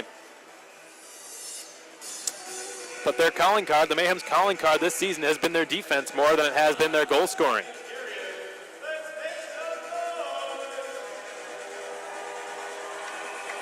And heavy back checking as well. You got to credit the forwards for keeping Peoria off the score sheet in period 1 and staying out of the penalty box. The Mayhem did that to a T in the opening 20 minutes. All 3 keys have been abided by, hence the Mayhem have a 1-0 lead. We'll see if that continues as period 2 is underway. Good news, folks. Larry Smith is out there taking the first shift of the second period. Caleb Cameron from the red line will send it into Peoria territory before taking a bit of a spill down to a knee, gets back on his skates. The Rivermen, however, have cleared it, or perhaps not. A diving effort maybe. Ben Escriba on the second chance to clear. He does so as Pius Rulavicius takes a snapshot off, blocked by Smith, and behind the net it careens, and Fiala slides it off his stick. Alexander Tallin's got it. He will send it out into the neutral zone. Redirects off the stick of Patterson, rolling down the slot, and it's stopped by Stephen Klein.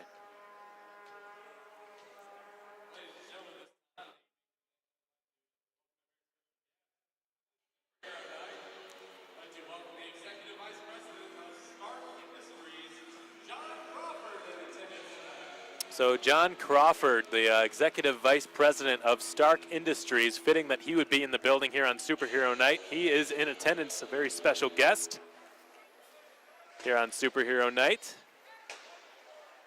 Derek Sutliff, dispossessed of it. Here comes Blasco racing down the wing. He had to catch up to that puck, which was acres in front of him. Blasco is down and slow to get back onto his skates. He's just now starting to stand back up. The SPHL's leading scorer in tremendous discomfort as he limps back to the Rivermen bench.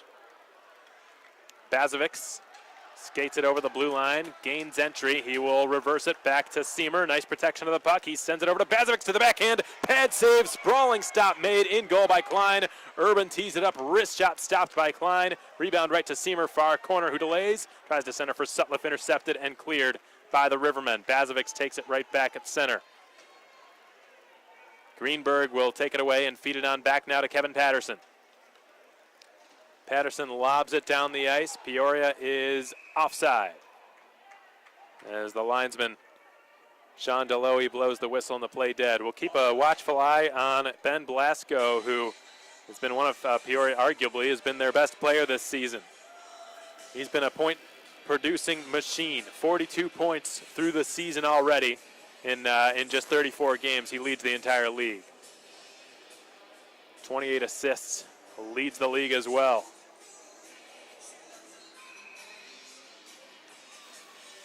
The Mayhem going to an offensive zone draw. Seth Ronsberg back at center, where he played the majority of his time last season with the Mayhem. This season it's been more on the defensive side of the puck, but now with the return of lots of Mayhem defensemen, he's moved back up to forward. Here's Gertler taking a snapshot off, stopped by Silvas, kicked out the left pad to make the save. And here comes Taylor Love, spiriting one ahead. Vinny Caligiuri got rid of it before being checked. Minerva will nullify the icing call. He's met up by Neville. Minerva did not see Ronsberg. He was not in his line of sight, as Caligiuri will now fight for possession with Greenberg in the corner on the far side of the ice. One-handed keep is made at the blue line by Cup. Neville is hit by Caligiuri, who had the primary helper on the Mayhem's lone goal of this game. 2.5 minutes into the second period, the Mayhem maintain their 1-0 lead as Greenberg races down the right wing side and fires a wrist shot. Denied by Ian Silvas, who waffle boards it out of play. That flying puck brought to you by Blues Painting and Home Repair. Justin Greenberg had an excellent night last night, a primary assist on Peoria's power play goal. He's a Miami of Ohio grad, Dallas native, former Texas Tornado, played there in the Tony Curtali dynasty. And was a huge part of that team and their success. Their long and extensive success that a lot of folks weren't sure if it would ever end. Jake Fayella with a good pinch, but has the puck pinball off his stick, and Kareem back out to Larry Smith at the red line. Alexander Tallien tips it into Peoria territory. It's flung back out of there by Kevin Patterson. Fayella from the red line, the Ohio University grad. Escriba got it to Dean Yakura. Loses his stick as Seamer takes it away from him and gets a quick return from Fayella. Jake's made a few of those plays tonight. If I'm not mistaken, they're actually both passes to John Seamer. He likes to just do that little give and go play to move the puck quickly and open up some ice. Sometimes less is more, and he's done that at the right times. Icing is the call against the Rivermen. That icing call brought to you by Tropical Smoothie Cafe. 16:34 to go in the second. 1-0 Macon is your score. ECHL alumni report. It was a Thursday night last night, so only one of the Mayhem's 7 call-ups to the ECHL played in a game, and that was Stathis Soumalides, who was actually back in Georgia last night, up in Atlanta, facing the Atlanta Gladiators. And Soumalides, while he didn't get on the score sheet per se, he did get into another fight with the Florida Everblades. Seems to certainly be enjoying his time down there so far. Kristaps Bazovics sends the pass in the direction of Mike Cimello, who had overskated it by the time it reached him. Stephen Gall is caught on a delayed offside as he frustratedly slams his stick on the ice after the call.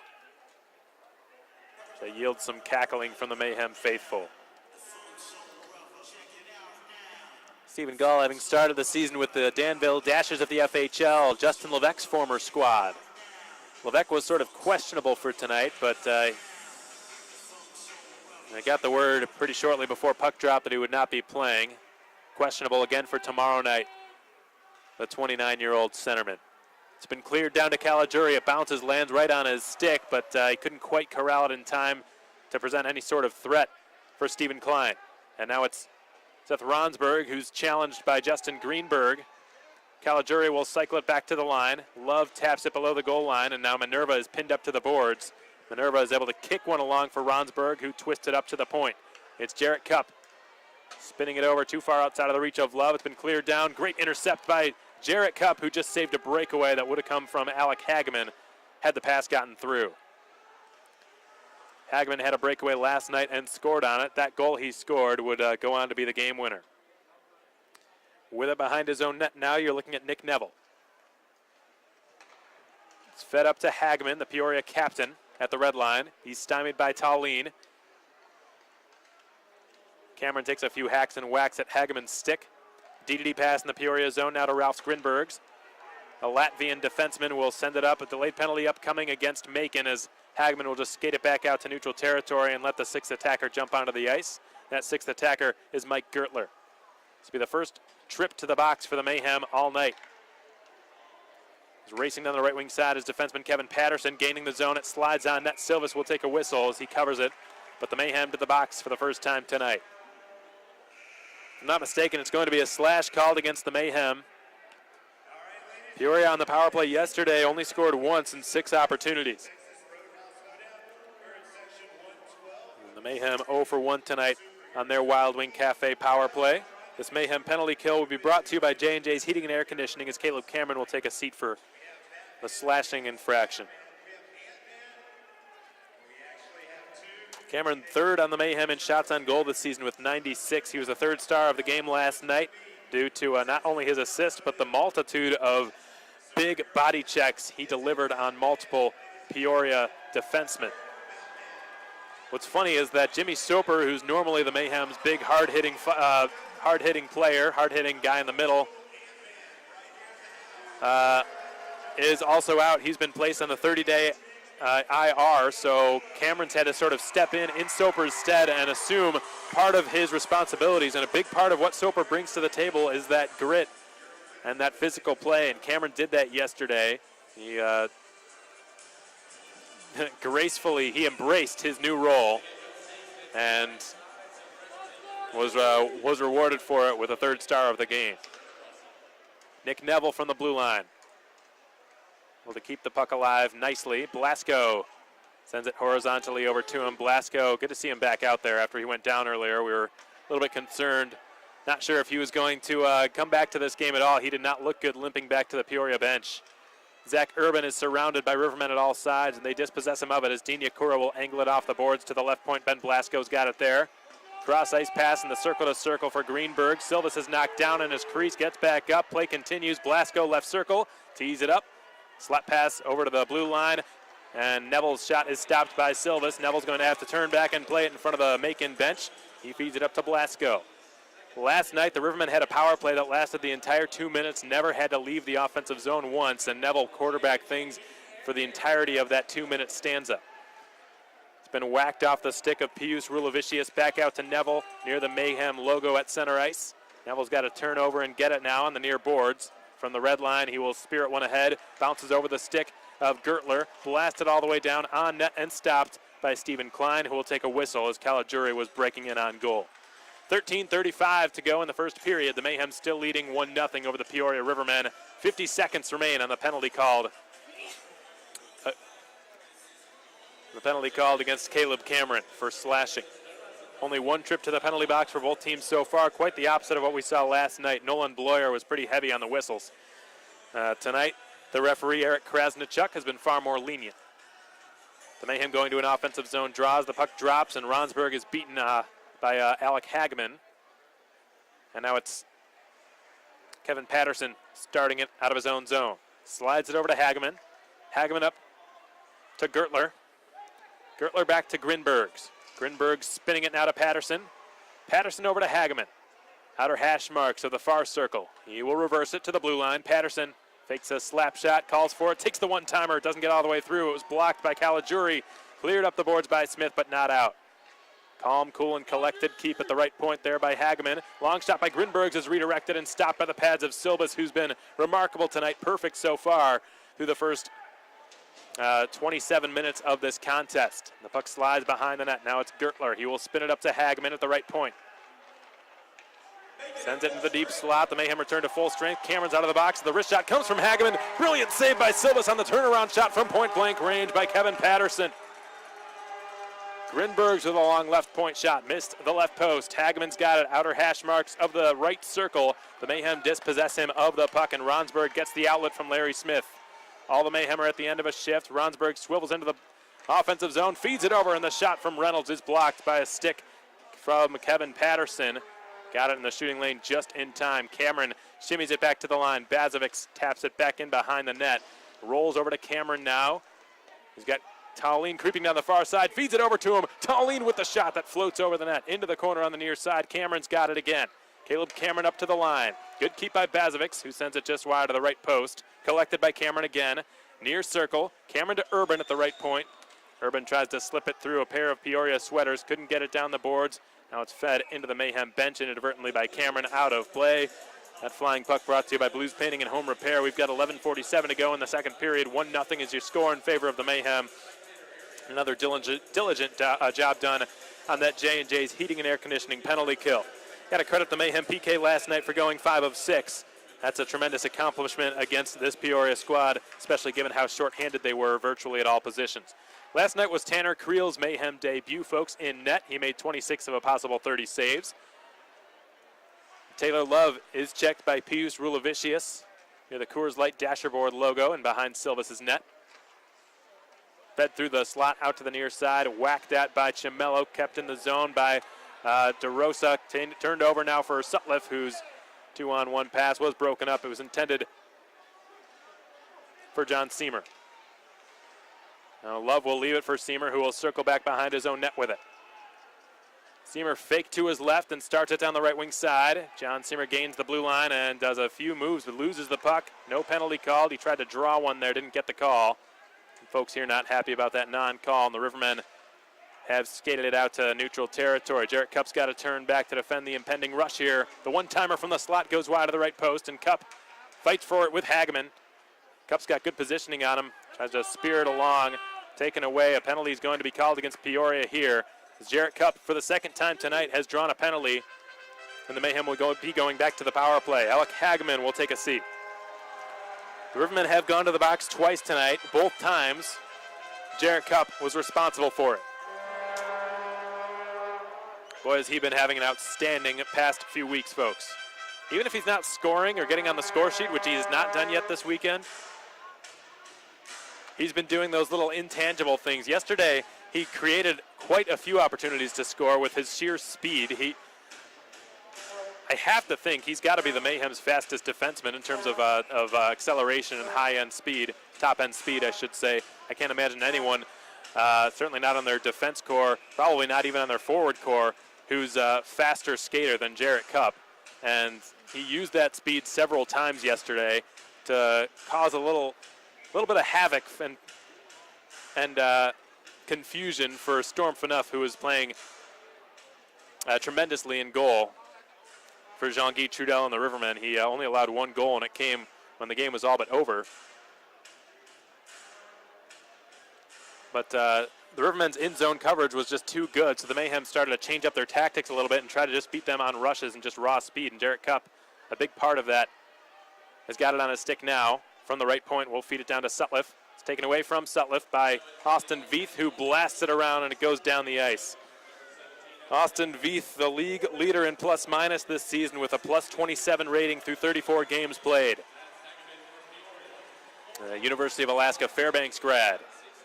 Alexander Tallien will pursue it behind the Peoria net. Sean Reynolds sets up shop near the side of the goal in the left circle now. And Sutliff with Tallien sending it back to Cupp above the right circle with a wrist shot, stopped by Stephen Klein. Nice timing by Jarrett Cupp. He let the passersby go right through the lane before he let the shot go. Klein was a little bit screened, but he was able to make the save, squeezing his arms together with his chest to keep it out of the net. Klein entering this game the best goaltender in the SPHL in terms of his goals against average and save percentage. Indisputably argued to be the two most important statistics for a goaltender. Maverick Parks was at the helm of both of those categories for a long time, but Klein has since passed him. It's been cleared down the ice by Pius Rulavicius. Minerva will pick it up behind his own net. Interesting situation for Nick Minerva tonight. He's playing at forward at even strength, but on the power play, he's back in his customary spot as a defenseman. The Mayhem guilty of an icing call on this power play. So Jarrett Cupp actually drew a 4-minute double minor, as there are 3 minutes and 7 seconds. I'm just not realizing it until now, but so we're halfway through regulation time. The Mayhem still with a 1-0 lead over the Peoria Rivermen, but Jarrett Cupp must have been bleeding when he drew that high stick from Alec Hageman. I saw one of the linesmen skate over to him to make sure he was all right. He must have seen some blood on Jarrett Cupp's face, so you got to tip your cap to Jarrett Cupp taking one for the team. And for those of you who are not familiar with the situation and the rule, for 2-minute minor, for 4-minute double minors and high sticking infractions, if there's blood following a high stick, it's an automatic double minor. And that must be what happened. Sometimes there can be a double minor that's called when there's no blood on the ice, if it's a malicious enough high stick, but that didn't look like one from Alec Hageman. So I'm fairly certain there was some blood, and tough as you like, he's right back out there for the ensuing power play, Jarrett Cupp.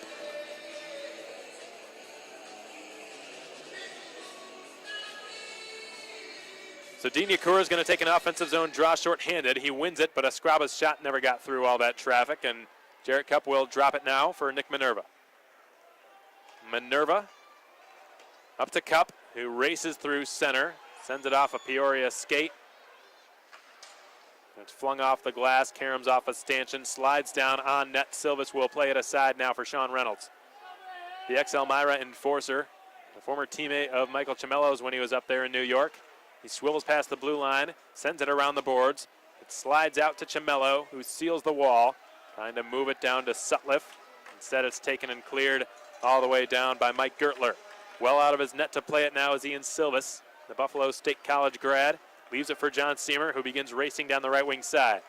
Seamer probes up the wing, splits the ice, and gains the blue line. He delays. He feeds it back to the point. Zach Urban, right point to Seamer. The pass is to Bazovics now. Seamer collects it at the right point. He's got Urban. Feeds him. Urban goes around the boards and behind the net. Bazovic sort of assuming Seamer's role. The two of them look like they may switch here. Seamer goes into the corner to fight for possession of the puck. This double minor power play for the Mayhem is now halfway through. Cameron, right point. Cameron turns the corner. He feeds Urban a little bit too late. Seamer has his stick tied up, gets some help from Chamello, moving the puck along the boards. The Rivermen just shuffleboarded all the way down. Silvis again out of his net. We'll see if he tries to catch the Rivermen in the midst of a line change. One of their defensemen, Jake Hamilton, was not able to change, so the Rivermen only with 3 out of 4 fresh bodies out there. Urban right through center, gains the line. Offside is the call against the Mayhem. And perhaps there might be more than that. There might be a penalty called against Macon, actually. That will be the case. Interestingly enough, Caleb Cameron is the culprit. So both times the Mayhem have drawn a penalty. It was drawn by Jarrett Cupp. And both times the Mayhem have taken a penalty. It's been taken by Caleb Cameron. So that power play has just been canceled out. The Mayhem fall to 0 for 2 on the Wild Wing Cafe power play tonight. The Rivermen, in the meantime, will go to a 1:23 long 4-on-4, after which Hagman will be let out of the box, and Peoria will get a 37-second long power play out of it. So Blasco goes down to a knee and was able to get back up in time to keep it in the zone, but Fayella will try to make short work of clearing this. Seamer for Sutliff. He's pressured all the way through by Bo Walker.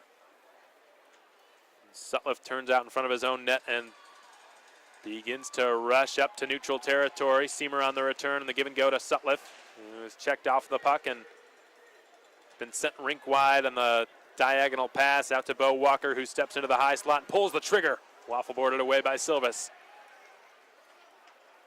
And Fayella is able to pickpocket Ben Blasco, who will skate over to the Peoria bench.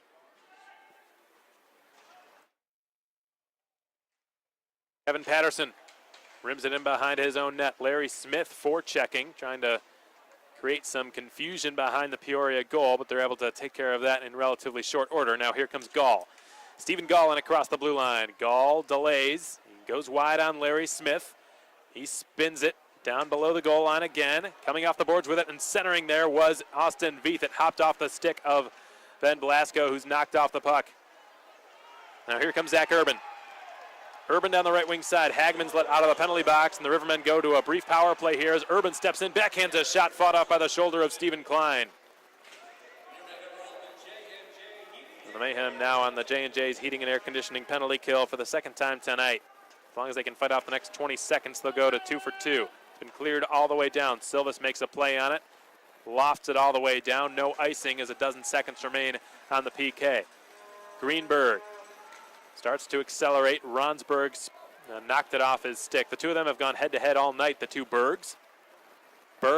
Greenberg rather down the right wing side at a Pius Rulavicius, taken away by Ronsberg, who's got Cameron up ahead. Let out of the penalty box, fresh out of it. We'll just chip it in behind the Peoria net. Mayhem improving to 2 for 2 on the PK tonight, just like the Rivermen.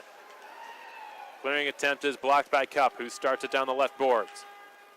He will dish it to Caleb Cameron, who's sized up, can't move anywhere. He's got Nick Neville pinning him to the corner. And now skating out of harm's way with it, Alec Hagman, who will charge down the right side. He's able to squeeze his way by Jarrett Cupp. Sean Reynolds did an excellent job covering ground for Jarrett Cupp.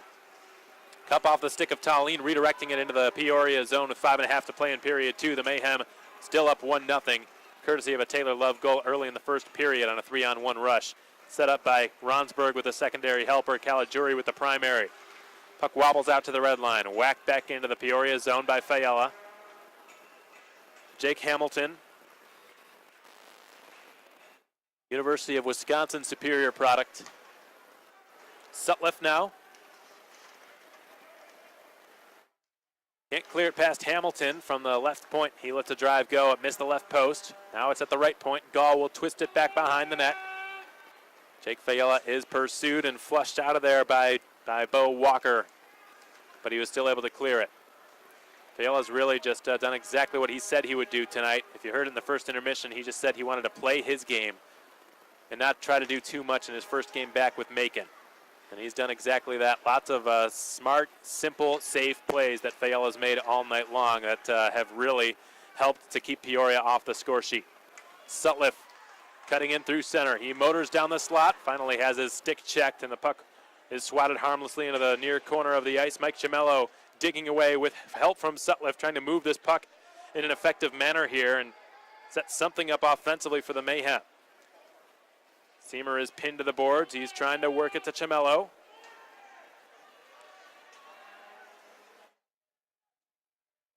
Cleared past Love and down into the Macon zone. Jarrett Cupp is knocked off balance there by Stephen Gall in legal fashion. Krasnichuk's arm stays down. Chimello flops it ahead. Seamer gets the puck on his stick, but he's well defended. And he's got little help as the Mayhem right now in the midst of a line change, getting some fresh personnel out there. 3.5 to play in the second. 1-0 Macon is your score. Their next whistle will have immediate timeout as Cupp gets it in his own corner. Backhands a pass too far outside of the reach of Taylor Love. Grinbergs is hit by Ronsberg, and it's Cupp again, ripping one around the wall. Greenberg, Hageman turned it over. Ronsberg to Cupp. Up to Caligiuri. Caligiuri is hit by Patterson. Gets back onto his skates. They spin it a full 360. Ronsberg goes down at the other end as a shot from the left side by Rulavicius is cradled by Ian Silvis. And we've started seeing some of this helter-skelter after whistle stuff take place yesterday towards the end of the game. When you see two teams get together who haven't clashed all season, you don't often see the black and blue elements really coming out in anybody, but as this series goes on, expect to see more and more of it. It's a long series, folks, and by the end of Saturday night's game, I'm sure these teams will hate each other again, as is the custom. That's what we're used to seeing between these two rivals. 2 years ago, in 2017, it was actually more like 22 months ago.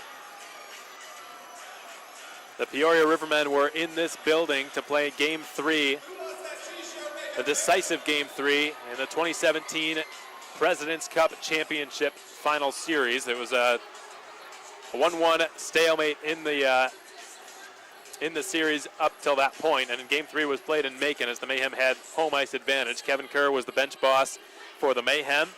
Leo Thomas was in his first year as an assistant, and Jean-Guy Trudel, who's sitting behind the Peoria bench right now, was at the helm for the Rivermen at the time, and the Mayhem skated to a 2-1 victory. Storm Phaneuf, who's on the Peoria bench tonight, was the goalie of that game for the Rivermen.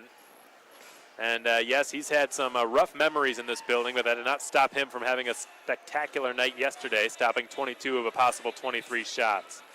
It's been a low-scoring affair here in Macon tonight, exactly what the Mayhem wanted. 1-0 with 3 minutes to play in the second. Long wrist shot, score! From the blue line, Escriba let it fly through a screen. Silvas didn't see it until it was too late. And the Rivermen have finally broken Silvas' shutout bid. It's Ben Escriba's 5th goal of the season, and it's a 1-1 score. 2:58 remaining in period 2.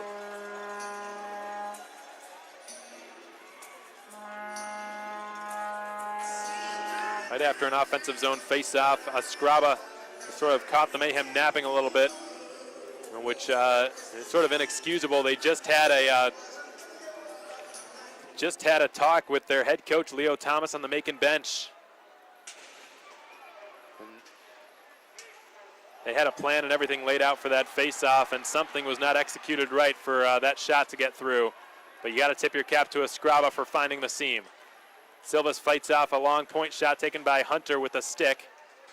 Gertler, rather, he goes down, and a penalty is going to be called against Macon. Gertler went down away from the play well after he took that slap shot. He started driving down the left side, hoping for a pass to reach him, and Tallene took him down away from the puck. And the Mayhem's leader in penalty minutes this season is going to head back to the box. He's now got 63 PIMs on the campaign, and the Mayhem going back to the PK for the third time tonight. The Mayhem on the penalty kill this season, having improved a little bit in that department after a 5-for-6 performance yesterday. 78.8%, and it looks like Gertler's going to the box too. So there must have been something that Gertler did in retaliation or response, perhaps unsportsmanlike, or I didn't see really any physical retaliation, but there must have been something because Krasnichuk's given him 2 minutes as well. So I think we're going to head to the 4-on-4, folks.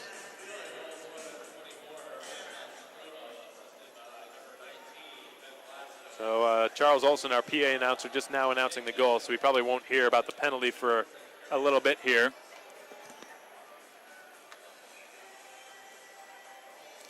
But the ensuing draw taking place to the left of Silvis, won by Peoria, back to Grinbergs at the right point, who lets it fly. Silvis kicked out the left pad to make the save.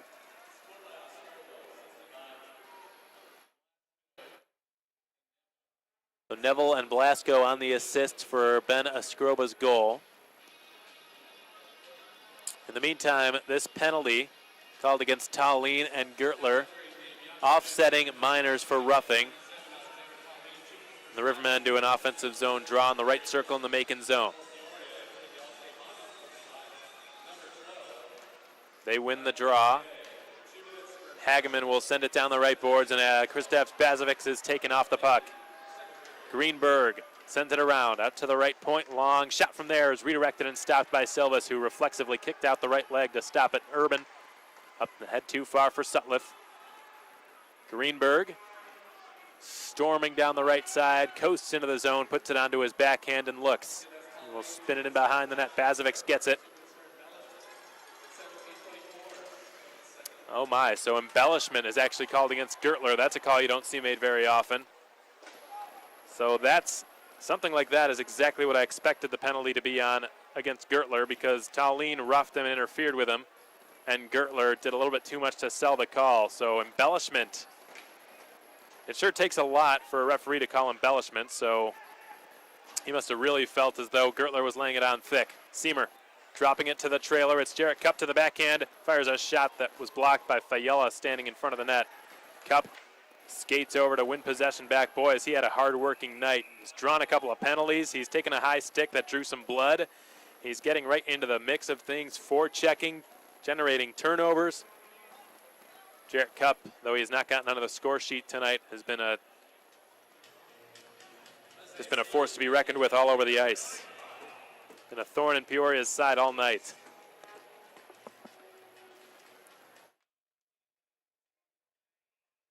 We've got 46 seconds remaining on this 4-on-4. Minute 21 to go in the second period. The Rivermen just recently having tied the game off a Ben Escraba snapshot from the blue line. 1-1 is the score. Bazovic with a long point shot that was blocked. Cameron with a turnaround shot that stopped. And a penalty is going to be called for hooking.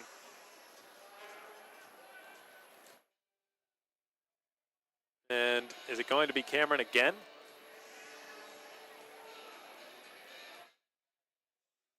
It will be. My goodness.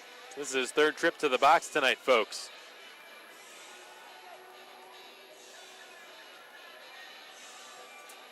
On that last Peoria zone exit, the Mayhem trying desperately to keep it in the attacking end, and they were trying to do everything they could from preventing Peoria from clearing it. So Cameron to the box, and the Peoria Rivermen to their first 4-on-3 power play of the weekend. And this is a dangerous spot to be in here for the Mayhem as Blasco has it left point. He sends it over for a one-time drive that rattles off the post, stays out of the net. Larry Smith can't clear it. Neville secures possession at the blue line. Neville with a long wrister, blocked by the stick of Minerva. 3 defensemen out there for the Mayhem. Nick Minerva, Larry Smith, and Jake Fayella. Over on the far side is Ben Escraba, who's got Peoria's lone goal. He falls down. Fayella takes it behind the net and angles it off the glass all the way down the ice. 5 seconds remain on the offsetting penalties to Tallene and Gertler. Tallene standing up. He's let out of the box. Gertler let out of his. and a 5-on-4 Peoria power play commences. It's dropped off to the right point where Alec Hagman has possession. Up to the left point now for Ben Blasco. Long wrister blocked by Seamer. Blasco gets it right back on his stick. Blasco sends it to Greenberg. Out of Neville. Given over. Right circle shot by Grinbergs is stopped by Ian Silvis. That was Hagman, rather, who released it. And is shoved away from the goaltender by Alexander Tallien.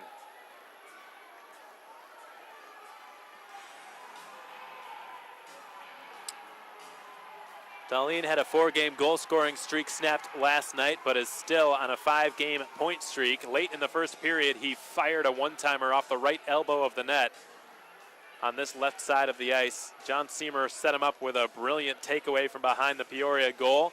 Fed a feathery little pass into the slot, and Tallien just hammered it.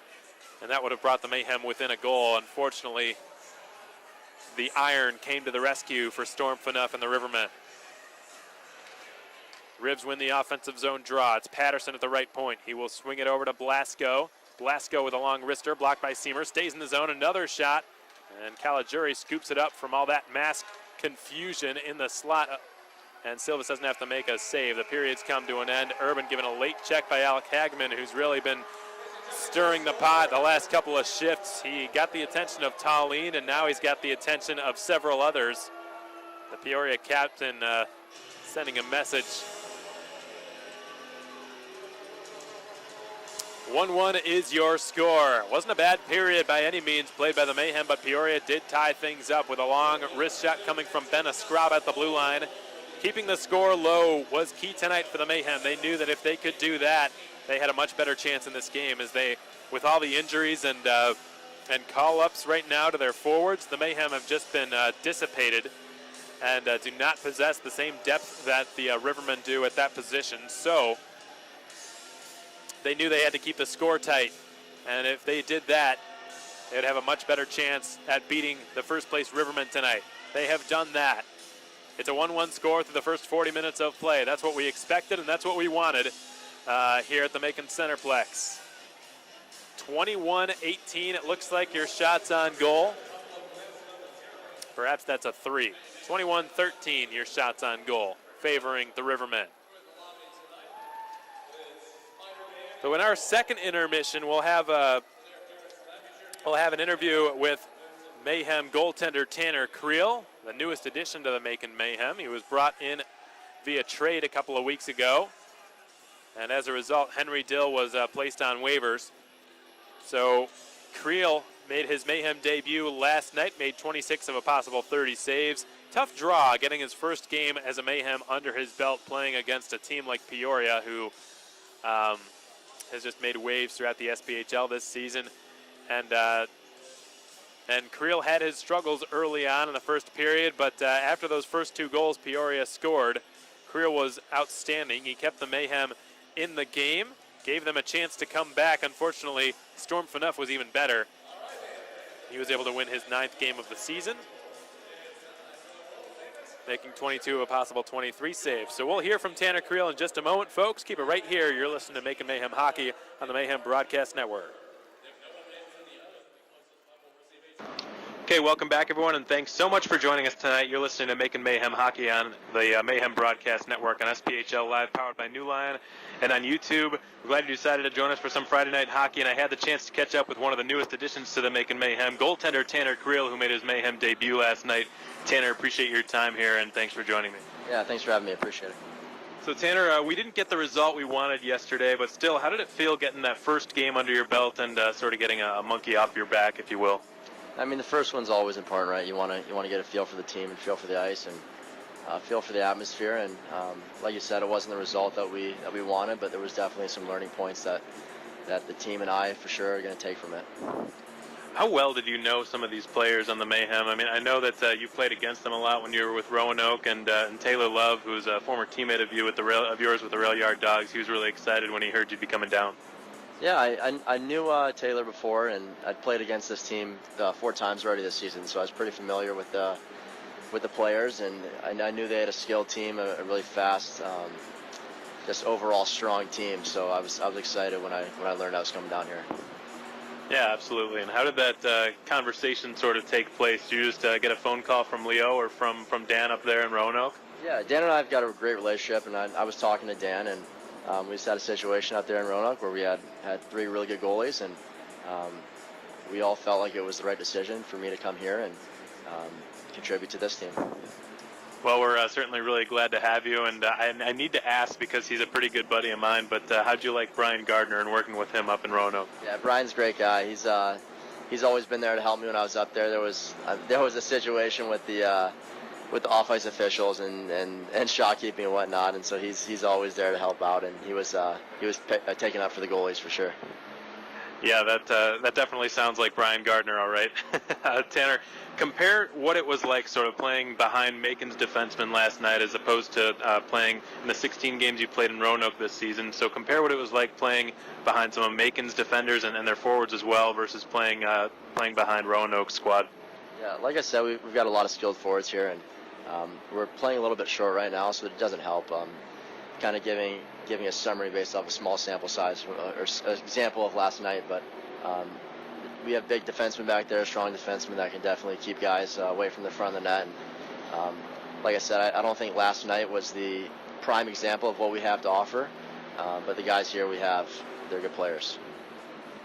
Yeah, you mentioned the team being short. It's just unfortunate timing that the Peoria Rivermen happen to be in town for a 3-game stretch here. The Mayhem, of course, losing so many pieces to the ECHL, and Jake Trask, of course, going down last night. We don't expect to see him for the rest of the weekend, so that's just another one. But the good news is Jake Fayella has returned. That's another strong blue liner in front of you. 21 games in the ECHL this season. We're looking forward to seeing him back in action, number 4 in the Navy sweaters tonight. Tanner, you mentioned your rapport that you have with Dan Bremner, the head coach of the Roanoke Rail Yard Dogs. Leo Thomas, he's a player's coach from everything I've seen and heard about him. I have yet to meet a player who hasn't loved playing for Leo Thomas. Are you confident that you can build the same sort of relationship with Leo that you had with Dan? Yeah, absolutely. I was talking to Coach Thomas at the beginning of the year before the season, actually, and I was very, very, I don't want to say surprised, but in a good way, how just generous and offering of his time he was to me, even when I wasn't on the team and he was looking to bring me into camp. He was always there to offer advice and make sure I was making the best decision. Yeah, he did mention that he was actually interested in you even before the season started, so the fact that he was able to bring you in mid-season like this, he was really excited about it. Last question for you, Tanner, and then I'll let you get going with your pregame rituals and whatnot. You saw what the Rivermen could do firsthand last night. You played in every minute of that game, so you probably got a better sense of them than just about anyone. What is something that can be learned from yesterday's 4-1 defeat and that can be applied into tonight's tilt? Yeah, they're a fast team, and we were talking about how we let them get through the neutral zone kind of untested quite a bit last night. So if we can find a way to clog up the neutral zone and force them to chip pucks versus allowing them to gather speed through the neutral zone, I think we're going to be in better shape in the D zone. Sounds great, Tanner. Well, again, I really appreciate your time, and good luck out there at the rest of the weekend. Thanks. Appreciate it. That's Tanner Creel, goaltender number 30 for your Macon Mayhem, and this has been your second intermission report. We'll be back in just a moment with your Marriott out-of-town scoreboard update and more right after this. Okay, well, we hope you enjoyed that interview with Mayhem goaltender Tanner Creel. We're excited to have him. He played with the Roanoke Rail Yard Dogs for all of this season before being brought down here. He played in 16 games for Dan Bremner's squad, going 7-9 in that span. And he and the Mayhem struggled to contain Peoria last night. It was a tough first game. There's no doubt about that. It's almost like being thrown into the lion's den. Your first game with a new team on home ice, playing against the best team in the SPHL at the moment. No easy feat for Tanner Creel. We enjoyed getting his thoughts on it and how he's felt about joining the organization in the short time he's been here. We'll see if he gets some more ice time later on this weekend. But Ian Silvas has played great tonight. He was finally solved by Ben Escaraba. 17 minutes and 2 seconds into the second period. Escaraba just ripped a wrist shot through thick traffic. Nick Neville, Ben Blasco being given the assists. It was immediately after an offensive zone face-off win, which followed a media timeout. So that's a tough one for the Mayhem. You never want to give up a goal due to a defensive zone face-off loss, especially when it comes after immediate timeout, because you've got time. You've got 30 seconds or 45 seconds or so to go over things, the strategy and the tactics with your head coach and with your teammates. So there should be no confusion whatsoever. There's no excuse for any blown coverage. And I'm not saying there really was a lot of blown coverage, but that shot from Ben Escriba should not have been allowed to get through all that traffic. Though sometimes you just have to tip your cap and congratulate your opponent for a really nice shot, which is exactly what that was. And Escriba, a veteran defenseman who's been around Peoria for a long time. He started his career 5 seasons ago with the Rivermen. He's been there ever since. He played at UConn and Northeastern in college hockey. So he's somebody who he wears an A on his sweater as well. He's someone who's really looked up to by a lot of his teammates and by his coaches. And he got the job done for the Rivermen in tying things up. That was part one. Now part two for them is to try to pull ahead. The Mayhem will be looking to do the same thing in period 3. There's yet to be a game all season in which the Mayhem entered the second period with a lead and did not secure the 2 points. In that regard, they are 12-0. Now, as promised, let's take a look around the SPHL for your Marriott out-of-town scoreboard update. Again, it's a busy night. Everyone's playing. Nobody's off. The Rivermen here, of course. The Storm in Huntsville. No score yet early in period 2. The Birmingham Bulls have pulled ahead of the Ice Flyers 1-0 down in Pensacola with 5.5 to play in the first period. Fayetteville Marksmen pulling ahead in their road tilt as well. 3-1 over the Knoxville Ice Bears. And the Evansville Thunderbolts struggling in Roanoke tonight, 4-1 the score in favor of the Rail Yard Dogs. For those of you who did not tune into the broadcast last night due to whatever reasons you might have had, it being a school night, of course, the fact that it was a Thursday night and a delayed start, what have you, I want to play back this Creekside segment we had in this interview with Mayhem defenseman Jarrett Cupp. I thought that turned out great. Please enjoy this while we wait for period 3.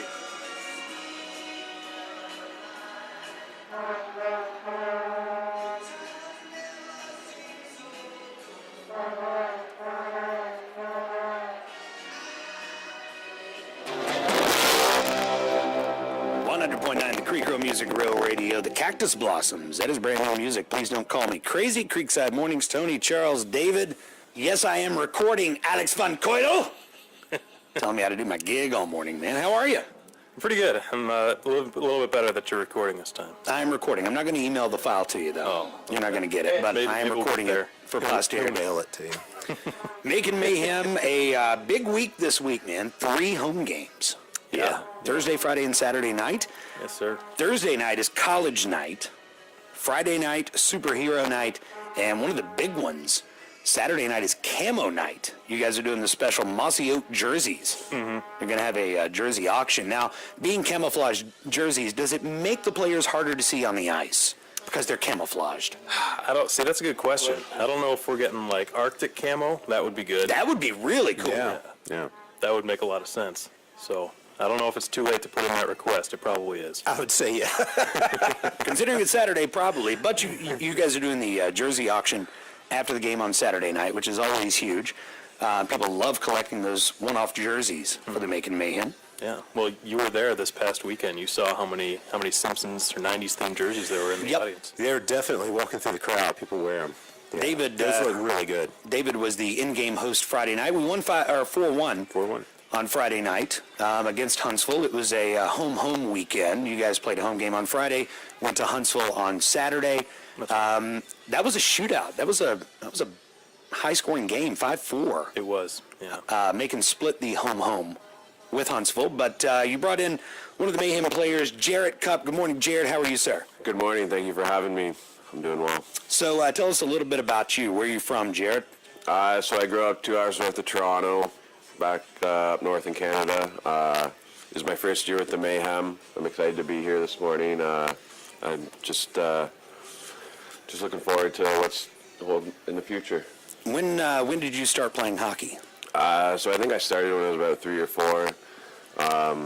Loved it ever since. Actually, probably hated it my first year. My dad told me that I quit because I couldn't skate, but You obviously got over that. Who can skate when they first try, right? Exactly. So you played through high school. Did you play college hockey? yeah, Did you go straight semi-pro? I've played my entire life. Went through college, played college just south of Boston.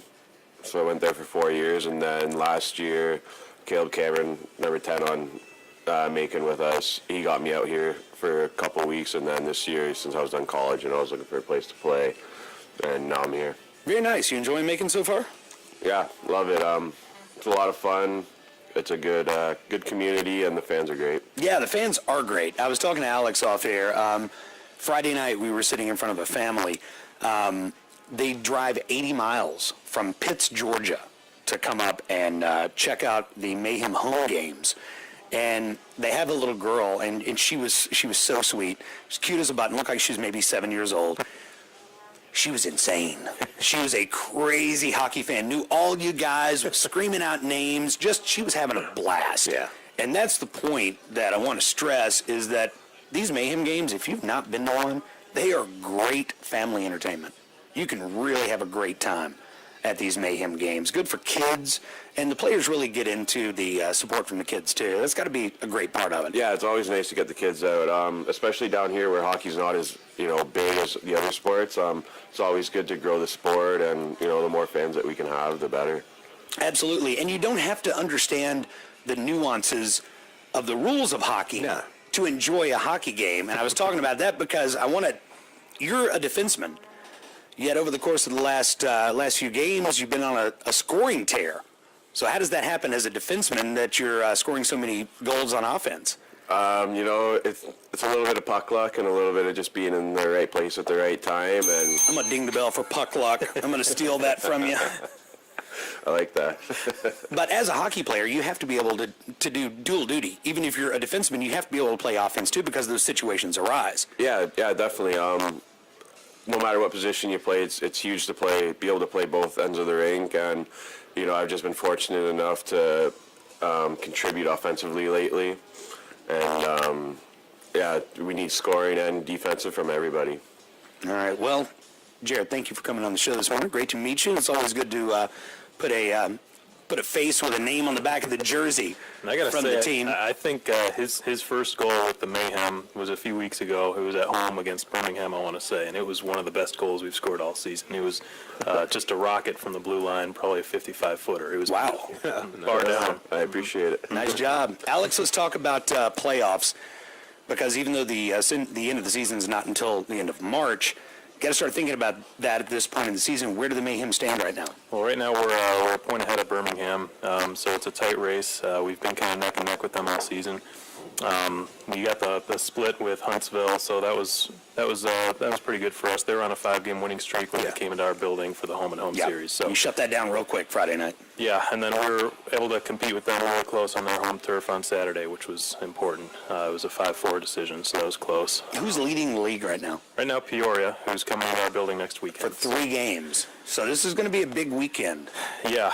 They've got a huge point lead on everyone else right now in the standings, and some people have sort of discredited the run that they're on because they've played some weaker opponents on their schedule than we have, but you still have to look at them as a really dangerous team, and you have to credit what they've been able to do this year. So, But this weekend, a great opportunity for the Mayhem to edge up on Peoria in the standings, which is important when you choose your opponents for the playoffs. that's right. Yeah, we're So- doing the challenge round again this year. So the top seed chooses the 8th seed, who they want to face in the first round, and then the second seed, if we were to be the second seed, for example, we would choose the 7th or the next best or next worst, I guess. Yeah. If that makes All right, sense. so a very important home game stand. Right. Get out and support the Mayhem Thursday night. Anthony will be your in-game host. Friday night, it's David. That's right. And I got to ask, is Matt going to be back this week? Is he going to return from the upside down? where was Matt He was Friday? stuck in the upside down. He was lost, yeah. You guys didn't hear? We got him out of the upside down. Good. Oh, good. He and Barb were Yeah. Eating Eggos. I'm not going to get into details on how we found him, but we got him out but of he'll there. be back. You had to go in, didn't you, Alex? You had to go into the upside down and drag him back I out. don't want to relive it. Because if you guys noticed, Colin had to go out there and do push-ups. I did notice that. In Mac's absence, Colin dropped down and did a few push-ups in his suit. And I will point out, during the Kruger Chuck-a-Puck, you've always got that one little tiny kid out there who does push-ups and then stands up and raises his arms so the crowd will applaud. Yeah, you guys are back in the dressing room. This kid, I mean, yeah, he draws a lot of attention. Oh, yeah. Yeah, He the gets a lot crowd of standing ovation, and everyone else is like, dude, pick up some more pucks. And he's just like, yeah, reveling in it. Worship me! Worship me! And Saturday night, I'll be the in-game host. Oh, great. So we'll see you guys this weekend. All right. Macon Mayhem, get those tickets for the 3-game run against Peoria this weekend. It's 100.9 The Creek. Here's some Jamestown Revival. All right, hope you enjoyed that Creek interview. 100.9 FM, real music, real radio. I have a blast going there every Monday morning at 8:30 a.m. It wakes me up and gets me ready for the week. And Jarrett Cupp seems like he had a fun time as well. Fans got to know him a little bit better with the role that he's been on. I think he deserved a little time in the spotlight, so I asked him if he wanted to join me on the show, and he immediately responded, absolutely. So we had a great time. And it'll depend. I try to get a different guest on there every week, depending on who's playing well and who I think deserves a little media attention. And it'll be a tough decision for me this time around. Maybe get Taylor Love on there. He's had a really good weekend and just scored his first goal with the Mayhem. That's always worth celebrating.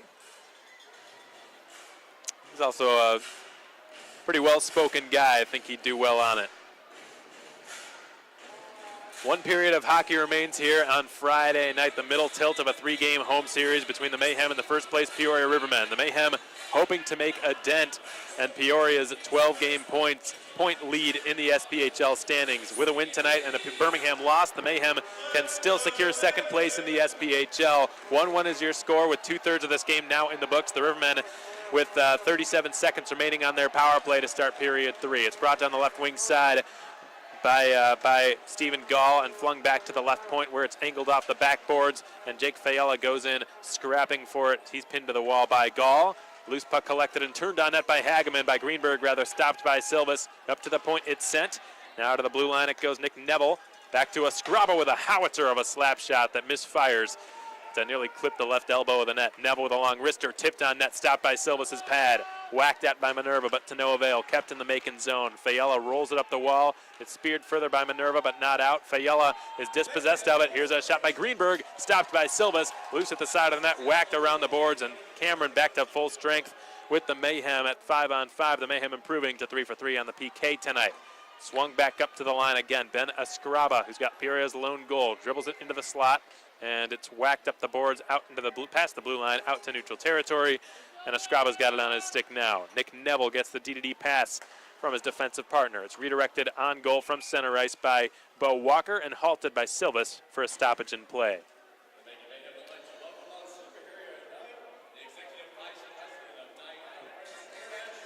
Again, folks, get your tickets now for tomorrow night's game. The Mayhem hosting the Peoria Rivermen in Game 3 in this 3-game home series on Camouflage Night, presented by Tommy's Bakery and Cafe. There will be a live auction to sell off those specialty one-of-a-kind jerseys following the game in the Macon Centreplex lobby.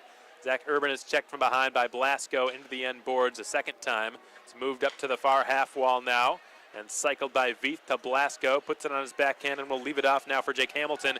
He swings wide, carries to the front of the net, loses the puck. Silvis covers it and takes another whistle. Bazovic gets right into the face now of Bo Walker, the two of them exchanging some pleasantries. Veith now inserts himself into the middle of it, and we'll see if Eric Krasnichuk decides to, he will definitely hand down some disciplinary action, presumably to Austin Veith, possibly to Kristaps Bazovic or Bo Walker. So Veith is going to be sent to the penalty box for inserting himself into that scrap that did not concern him, rather. It's actually Bo Walker being sent with Bazovic. So the two of them will serve what I believe will be offsetting roughing minors. Both teams perfect on the penalty kill tonight. The Rivermen certainly the team that is favored by these 4-on-4 situations. Yesterday they had 2 goals within 46 seconds, all while on the 4-on-4.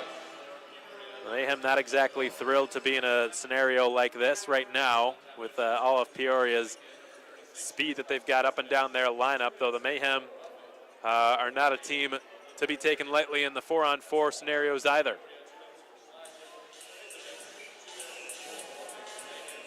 So if I'm not mistaken, the call was roughing against Bazovics and Walker.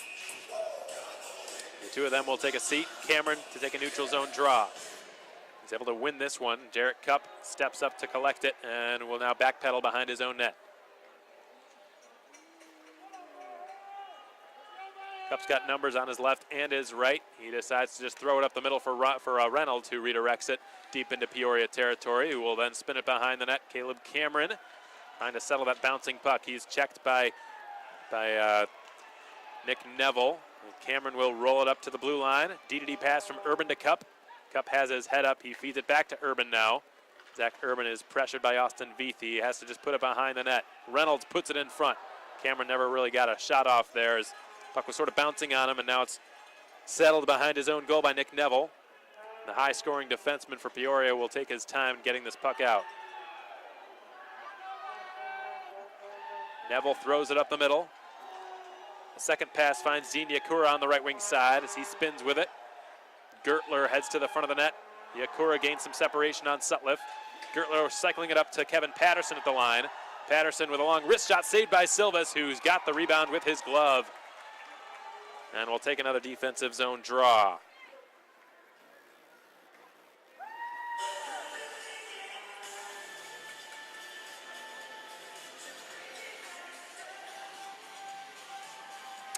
Gertler for Peoria, number 12 in white. Mike Gertler, another veteran.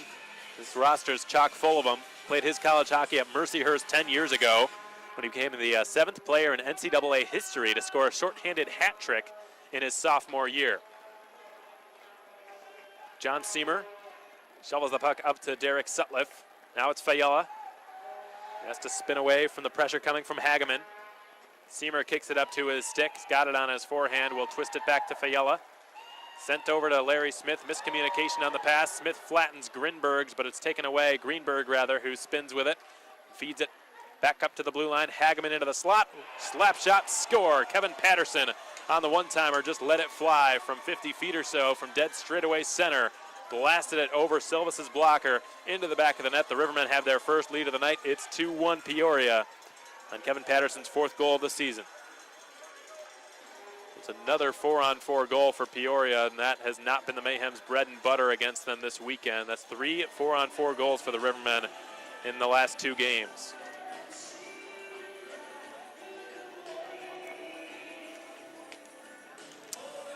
Mayhem have not trailed in this tilt all night.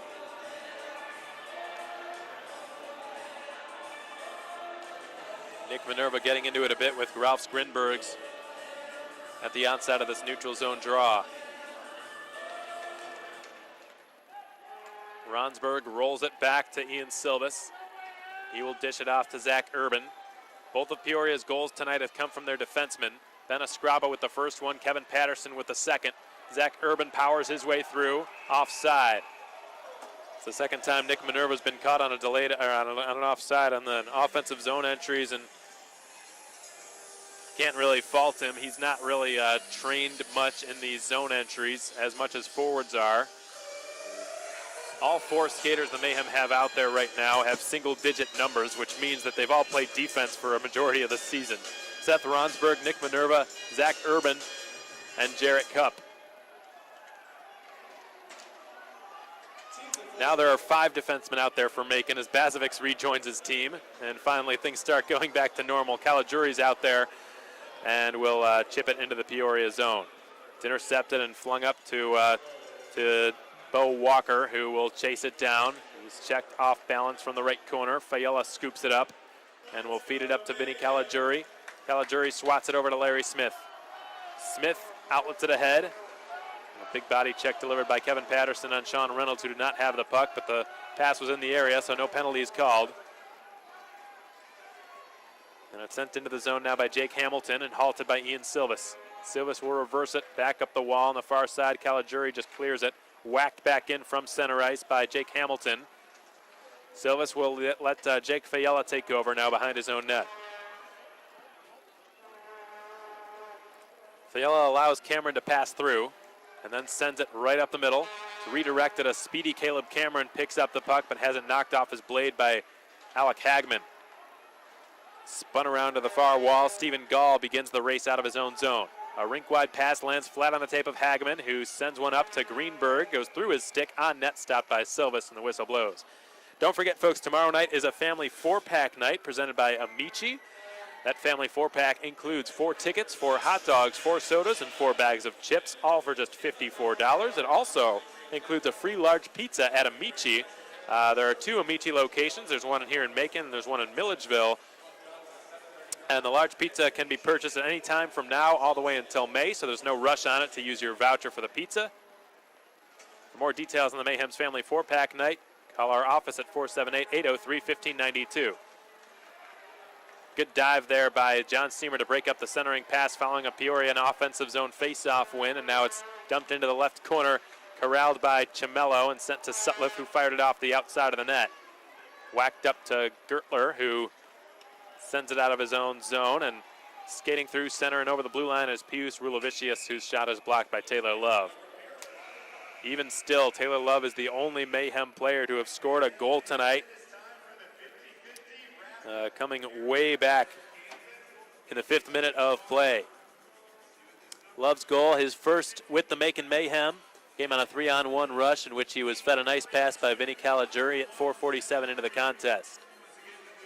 We've got 14:36 to play in period 3, folks. 2-1 Peoria is your score.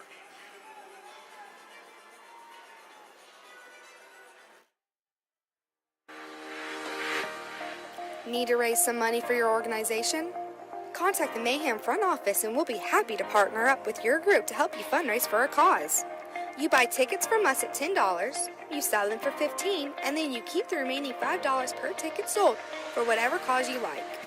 Call our office at 478-803-1592 to set up a fundraiser for your organization today.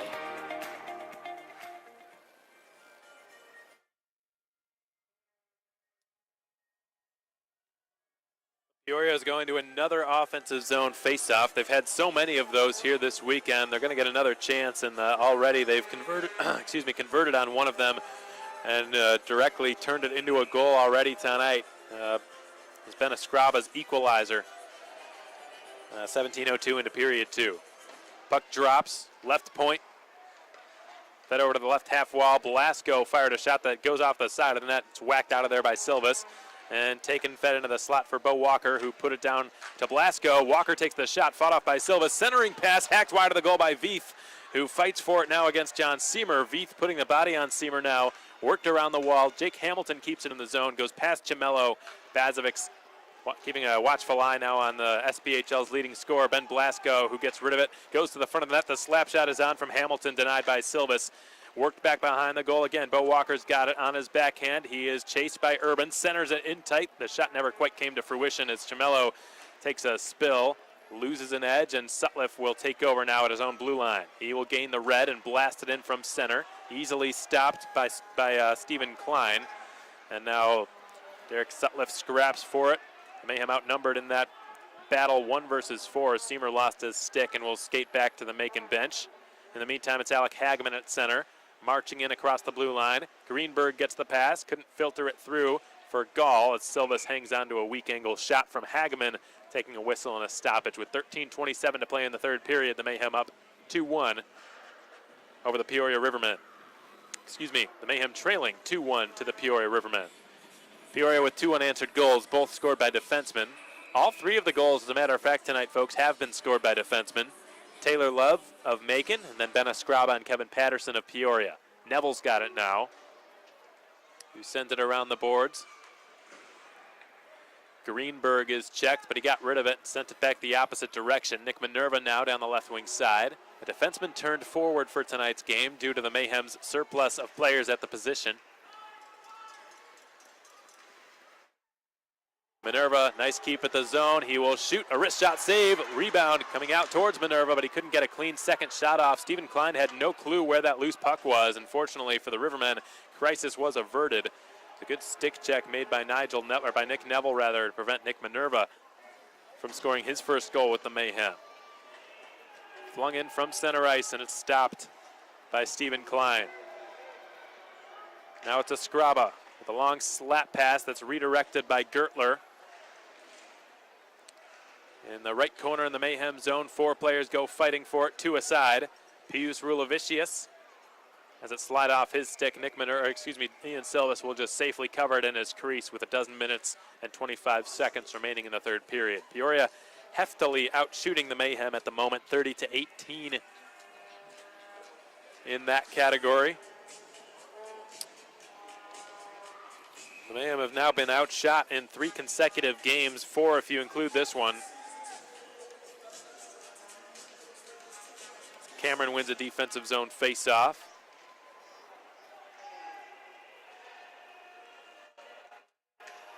Racing down the right wing side with it now is Taylor Love. He concedes possession, but Cameron follows up for him. It's flung off the stick of Tallene and bats back out to neutral territory. Cup dishes it to Reynolds, who flings it into the zone. Tallene checks Austin Veith, puts that big body up on him to spring the puck loose in his favor. Urban tees up a slap shot. He fires. It was blocked by Veith on the way through. Now it's Reynolds trying to scale it back to Tallene. It ends up going to the line for Bazovic, who sends it into the slot. Opportunity here. Stick check by Stephen Klein to prevent a shot coming there from Caleb Cameron. Nice attempt on the reception there by Walker, but he's ultimately pickpocketed by Zach Urban. Loose puck collected in the neutral zone by Blasco. Flung up to Walker, who fires a wrister. Glove saves Silvis, who is not allowed to play it as a quick whistle blows. In games in which they outshoot the opposition, the Mayhem are 14-5 this season. They've outshot their opponents on 19 occasions. They've been outshot on 15 occasions, and their record, surprise here, is not anywhere near as good. When they're outshot, they're just 7-5-3. When they outshoot their opponents, they're 14-5. There's not been an instance all season in which the shot totals have been even for both sides in the Mayhem schedule. Defensive zone face-off win by John Seamer. Jarrett Cup clears it out to the red line. Nick Neville. Rolling puck along the blue line in the Peoria zone. Let's whack that by Fayella as it squirts out past the blue line in the Macon zone. Silvis thought about going after it. Cup will take care of that, and he backhands it up to the right half wall where it's fed ahead for Sutliff now by Chimello. Chimello has assumed Jake Trask's role on the Mayhem's top line with John Seamer and Derek Sutliff tonight. Their scoring line, which has not been able to contribute on the score sheet yet this weekend. Flying puck out of play, brought to you by Blues Painting and Home Repairs. We're approaching the halfway point of period 3. Chimello's assumed Trask's role on several occasions. When the family tragedy happened with Jake Trask and he was out for a couple of games, Chimello took up his role on that top line with Stathis Sumalitis and John Seamer. He plays a pretty similar role to Trask. He's got similar goal-scoring instincts,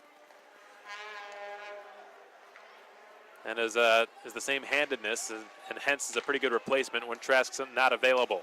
So here's a shot from Veith from the bottom of the right circle. Tough angle. Silvis is able to make the save. Ian Silvis coming into this game ranking 5th in the SPHL in save percentage among qualified goaltenders with a .913 save percentage. He also ranks 5th in goals against average among qualified goalies with a 2.77 goals against average. Unfortunately for him, his counterpart ranks 1st in the league in both of those categories. Nick Minerva now pressuring Nick Neville. It squirts off the stick of Pius Rulavicius. Gets his stick in there and will rattle it around the board. Silvis is able to get out of his net quickly to stop it. Ronsberg kicks it up to Bazovic. The Mayhem on the breakout now. Caligiuri fed it off the stick of Minerva, who redirects it into the Peoria zone. Neville gets it behind the Rivermen cage, and Tallene is the first man in on the forecheck.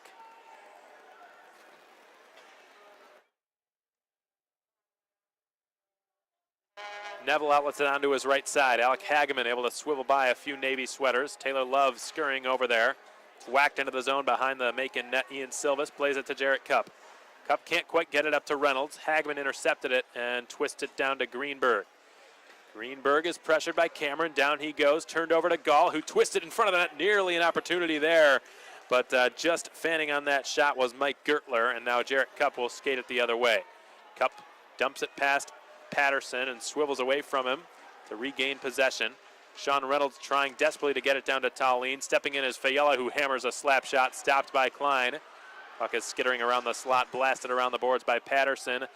Rivermen taking no chances on these zone exits as a long flipper from Cup nearly redirected off the stick of Cameron, but he missed it on the way through. Now Reynolds fights for it, far half wall. Cameron secures it, back to the line. Fayella, D-to-D pass, Cup with a shot. Tipped on goal, 5-hole save is made by Stephen Klein, who shut the butterfly just in the nick of time and keeps his team ahead by 1. We've got another penalty. And the folks here at the Macon Centreplex are not happy.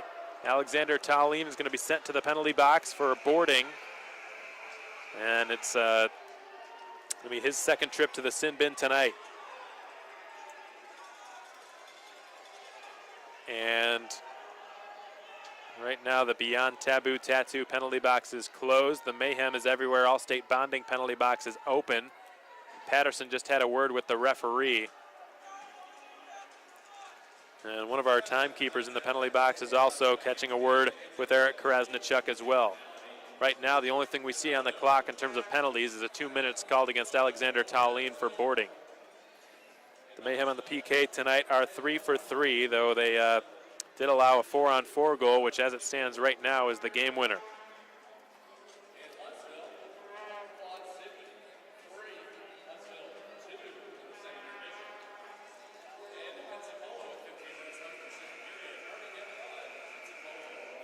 So the Mayhem are going to have to kill off yet another penalty.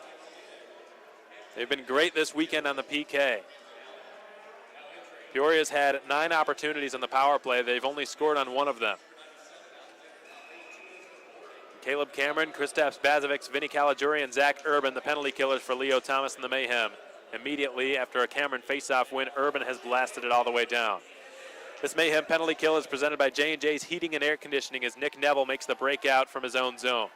He will lead it up the ice and sends a pass up to Bo Walker. Tapped back to Greenberg, who skates away from a couple. The Green Bay Gamblers draft pick will swing it back up to the blue line. Neville walks it. Sets up shop at the apex. Greenberg. Blasco. Greenberg again on the circle to circle. Swung up to the blue line again. Neville. Blasco. Tees it up. Passes it to Greenberg. Right circle. He will delay and twist back the alternate captain, Nick Neville. Peoria's leading scoring defenseman with a long wrist shot through a screen, stopped by Silvis, who makes the save with his glove. Nice job by Silvis tracking that puck through all that traffic, and not only that, but also keeping it out of the net.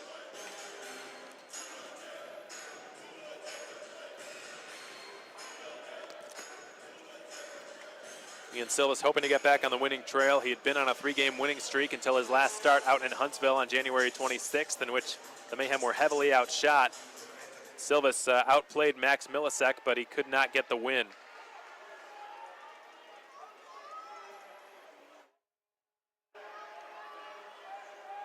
Ralph Grinbergs, the Latvian blue liner, skating all the way behind his own net to leave it now for Kevin Patterson, who as it stands has the game-winning goal. Hageman from the red line sends it off the left glass, the left corner glass, whacked out immediately by Fayella, all the way down. It'll roll on net where it's stopped by Klein. Turned over, Seamer's got a man in front. He centers it for Minerva. His shot is stopped by Klein. A scramble ensues, but Klein's got it. Mayhem's scoring chances in this game have been few and far between, and John Seamer's created a few of those plays when stealing the puck behind the opposing goal line and giving his teammates opportunities. Last night it was Tallene, tonight it was Minerva. Neither of them have been able to convert. The Mayhem not only going against a very strong defensive team, but also going up against 2 very strong goaltenders. Last night it was Storm Phaneuf, who's got a 1.78 goals against average, and tonight Stephen Klein, who among eligible goalies in the SPHL leads everyone in goals against and save percentage.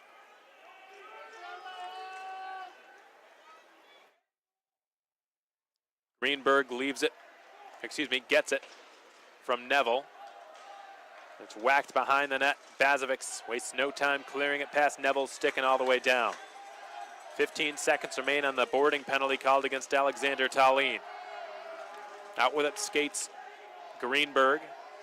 Similar play that we just saw as Greenberg will try to split the D. Bazovic swiped it off of his stick.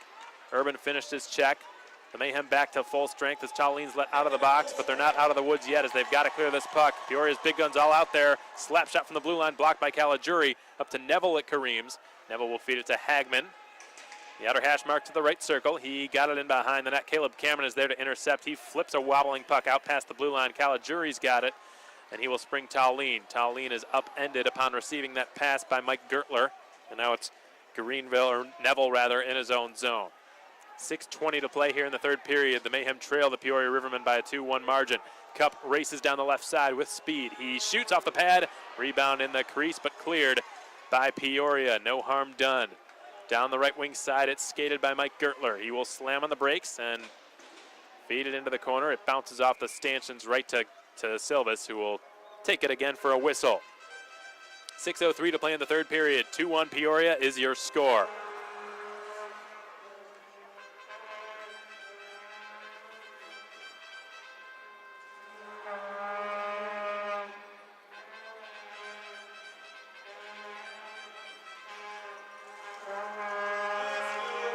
Rivermen going to an offensive zone face-off here in the right circle in the Mayhem zone. The ice has been tilted on this side. The Mayhem have really got to start digging deep if they want to tie this game back up. It's brought up to the top and fired wide of the net from the blue line, and Silvis just had to watch it go past him as the Mayhem reorganize the Rivermen reorganize in their own zone. The Jarrett Cup batting it out to neutral territory. Chimello dispossessed by Veith, the rookie out of the University of Alaska Fairbanks. Played 4 seasons as a Nanook and graduated last year. Bo Walker will leave it off for a quick wrister that's stopped by Silvis, who decides to just take a whistle. He wanted to get some fresh bodies out there, it seemed like. That last shot taken by Ralph Grinbergs, who was opponents with Kristaps in the Latvian League back in the 2015-16 season. The two of them are the same age, from the same hometown of Riga, the capital of Latvia. But then they were teammates a couple of seasons later. Last year with the Mississippi River Kings, but now tonight they're enemies again. So they've been friends and enemies pretty much all their life. Icing is the call against the Mayhem following a defensive zone face-off win. That icing call has been brought to you by Tropical Smoothie Cafe, and had it come 9 seconds later, the Mayhem would have had a media timeout, but fortunately they've got a bunch of fresh bodies out there anyway, so it doesn't really matter. They'll be taking another defensive zone face-off. They've had so many of those here in this series already. That's going to be an area they'll want to work on if they have a morning skate tomorrow, which very well might not happen. As Bazovic swivels his way over the Peoria blue line, then loses an edge as he goes tumbling down. Gets back onto his skates as Fiala tries to feed him a pass, but he was a little bit out of position there. Was not expecting a pass in that scenario. As Ronsberg will send it over to Vinny Caligiuri. Caligiuri bounces it off the shoulder, it looked like, of Dean Yakura. Bazovic. Fiala on his left and Sean Reynolds breaking on his right. He goes to the latter of the two, and Reynolds tries to motor his way down the right boards. He's dispossessed by Hagman racing in. Hagman with the shot, stick save Silvis, rebound, turnaround shot, stopped by Silvis on all fours. He makes the save. Crisis averted for the Mayhem just moments ago. My goodness. Now we head to our media timeout. Just 4 minutes and 23 seconds remain. Can the Mayhem tie this up? We'll find out next. The final minutes of this game coming your way right after this. Need to raise some money for your organization? Contact the Mayhem front office and we'll be happy to partner up with your group to help you fundraise for a cause. You buy tickets from us at $10, you sell them for $15, and then you keep the remaining $5 per ticket sold for whatever cause you like. Call our office at 478-803-1592 to set up a fundraiser for your organization today.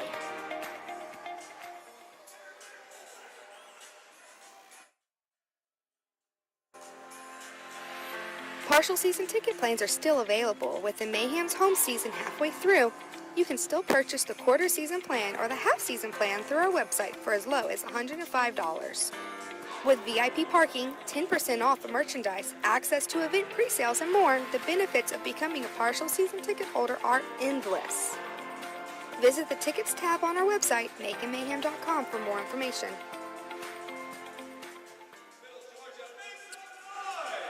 So the Mayhem have really got to band together and find a way to generate some offense. This right now they're on pace to have one of their lowest shot totals in franchise history tonight. Peoria has just done such a good job of keeping the Mayhem's threats at bay. We knew it would be a low-scoring game tonight, and it has been. Veith down the right side, centering. Silvis comes up huge on a save from point-blank range on Bo Walker. He keeps his team within one. Veith centering for Bo Walker. And we're still at the edge of our seats.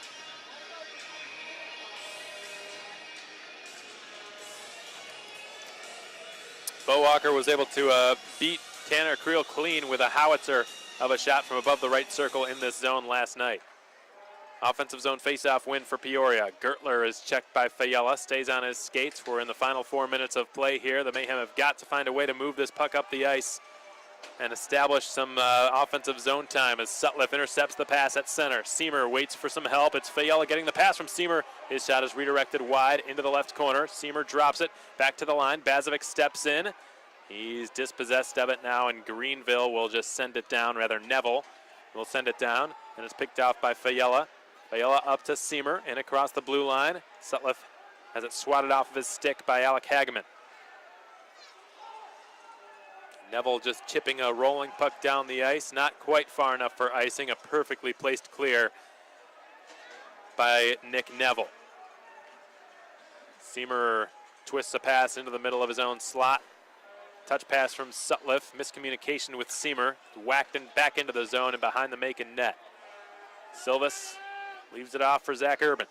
3 minutes to play in regulation. The Mayhem trail by just a goal. Urban for Cup on his left. Jarrett Cup with a long stretch pass onto his right. It's knocked off of the stick of John Seamer. Urban finished his check, but it's been cleared down the ice by Stephen Gall. Silvis for Sutliff. Twisted back to Jarrett Cup. Cup feeding Urban. Urban for Caligiuri. Urban now follows up from the red line. He will hoist it just wide of the stick side post of Stephen Klein, who's not been very busy in this third period.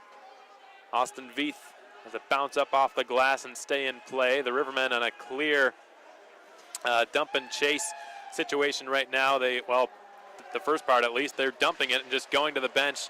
Very short shifts by the Rivermen. They're just making the safe play over and over again, and this is what Jean-Guy Trudel's team has done for years and years. A big part of the reason they've had the amount of success that they've had. They don't mess around. They make the safe play in these one-goal lead situations each and every time. Cameron for Tallinn. One-timer from the blue line was a rocket, but it missed the net wide of the right post as Cameron's sharp angle shot is stopped by Klein. And the whistle blows. The faceoff, I believe, will exit the Peoria zone because the net came off, and I believe Krasnichuk is saying that Sean Reynolds is the one who knocked the net off, so that's why the faceoff will leave the zone. And Zach Urban and several of the Mayhem players are confused by this decision as well.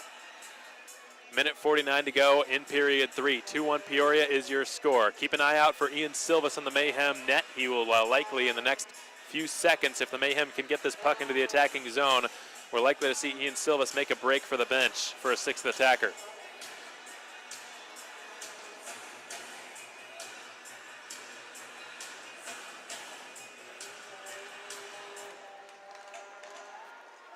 So Peoria is able to swat it down the ice, and Silvis will leave it behind his own net for Urban. 100 seconds remain in regulation time.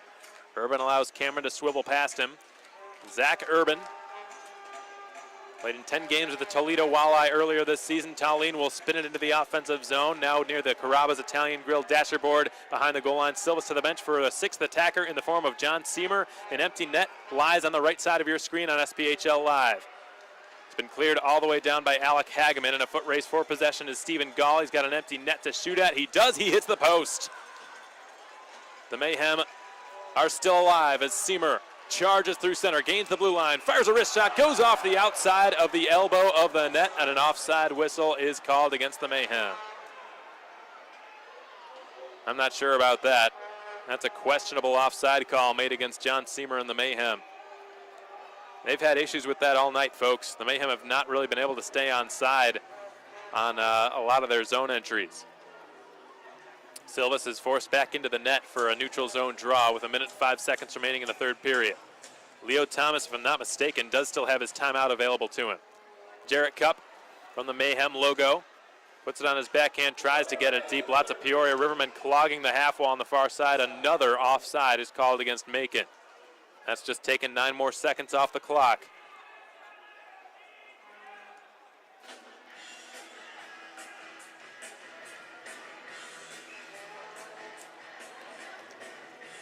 Seamer against Blasco, this time on the near side of the ice for the face-off. One by Seamer, goes off the skates of Sutliff. It's chipped past Cupp and all the way down. Not quite far enough for icing. Cupp will have to make a play. Cupp is being ordered by Silvas to move the puck up quickly, which he does. Cupp with a Hail Mary pass. Nearly had Tallene splitting the defense behind enemy lines. He was lurking. He's now pinned up to the end wall by Escriva. Silvas back to the bench for a 6th attacker. 6 Navy sweaters out there, but the centering pass was picked off, flung at the empty net, and in. 180-foot snipe by Ben Blasco has just sealed the Mayhem's fate with 30 seconds remaining in regulation.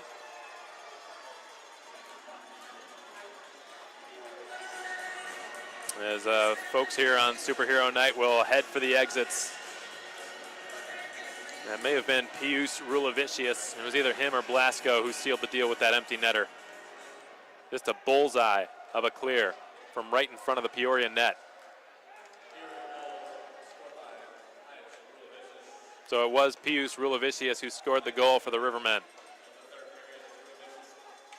So the Mayhem with a much better effort here tonight, and unfortunately they'll still not get a point despite putting forth a much better effort on the ice and playing exactly the type of game they needed to have a chance tonight. They've got so many players out right now, folks, particularly in the forward department. No Jimmy Soper, no Justin Levesque, no Jake Trask, no Dakota Kletcha, no Stathis Sumalitis, no Sam Wilbur. That's 2 forward lines, and 2 highly skilled forward lines at that I just rattled off. All of them were out tonight, and yet the Mayhem managed to hang right with the best team in the SPHL from start to finish tonight. If you erase that empty net goal, it's a 2-1 Peoria final. We knew that if the Mayhem played their cards right tonight, the final score would either be 1-0 or 2-1. They were just hoping that they'd be on the right side of it. Unfortunately, Peoria got one more break than the Mayhem did, ended up on top by a 3-1 score, but the folks here at the Macon Centreplex giving the Mayhem a round of applause, a deserved round of applause, as they've got nothing to be ashamed about after a spectacular effort here on Friday night. We expect an even bigger crowd on hand tomorrow night. The audience was spectacular tonight. They were making a lot of noise. They were getting really excited and pumped up for big hits and for that goal scored by Taylor Love, which congratulations to him, by the way, on doing that. His first goal with the Macon Mayhem was a beauty, a 3-way passing play from Ronsburg up to Kalajuri on a 3-on-1 rush. He decided not to pass to Minerva and force the issue, but rather to make the safe play to the tail gunner, Taylor Love, and Love just calmly slid into the back of the net. That was a goal scorer's goal, folks. Taylor Love, I would describe him as a defensive defenseman, as a shutdown defenseman. His stats would describe him as such as well, with his plus-minus rating being what it is. That's his role. When he enjoys it, that's what he does best, is stopping his opponents from scoring. But on that 3-on-1 rush, he looked natural. He looked like a forward. And he received the pass beautifully. It landed flat. He showed tremendous poise, didn't rifle it over the net or get rid of it too quick or hold on to it too long. He waited the perfect amount of time for Stephen Klein to slide just out of position enough for him to just tap it into a wide open left side of the net. So congratulations again to Taylor Love on scoring his first Mayhem goal.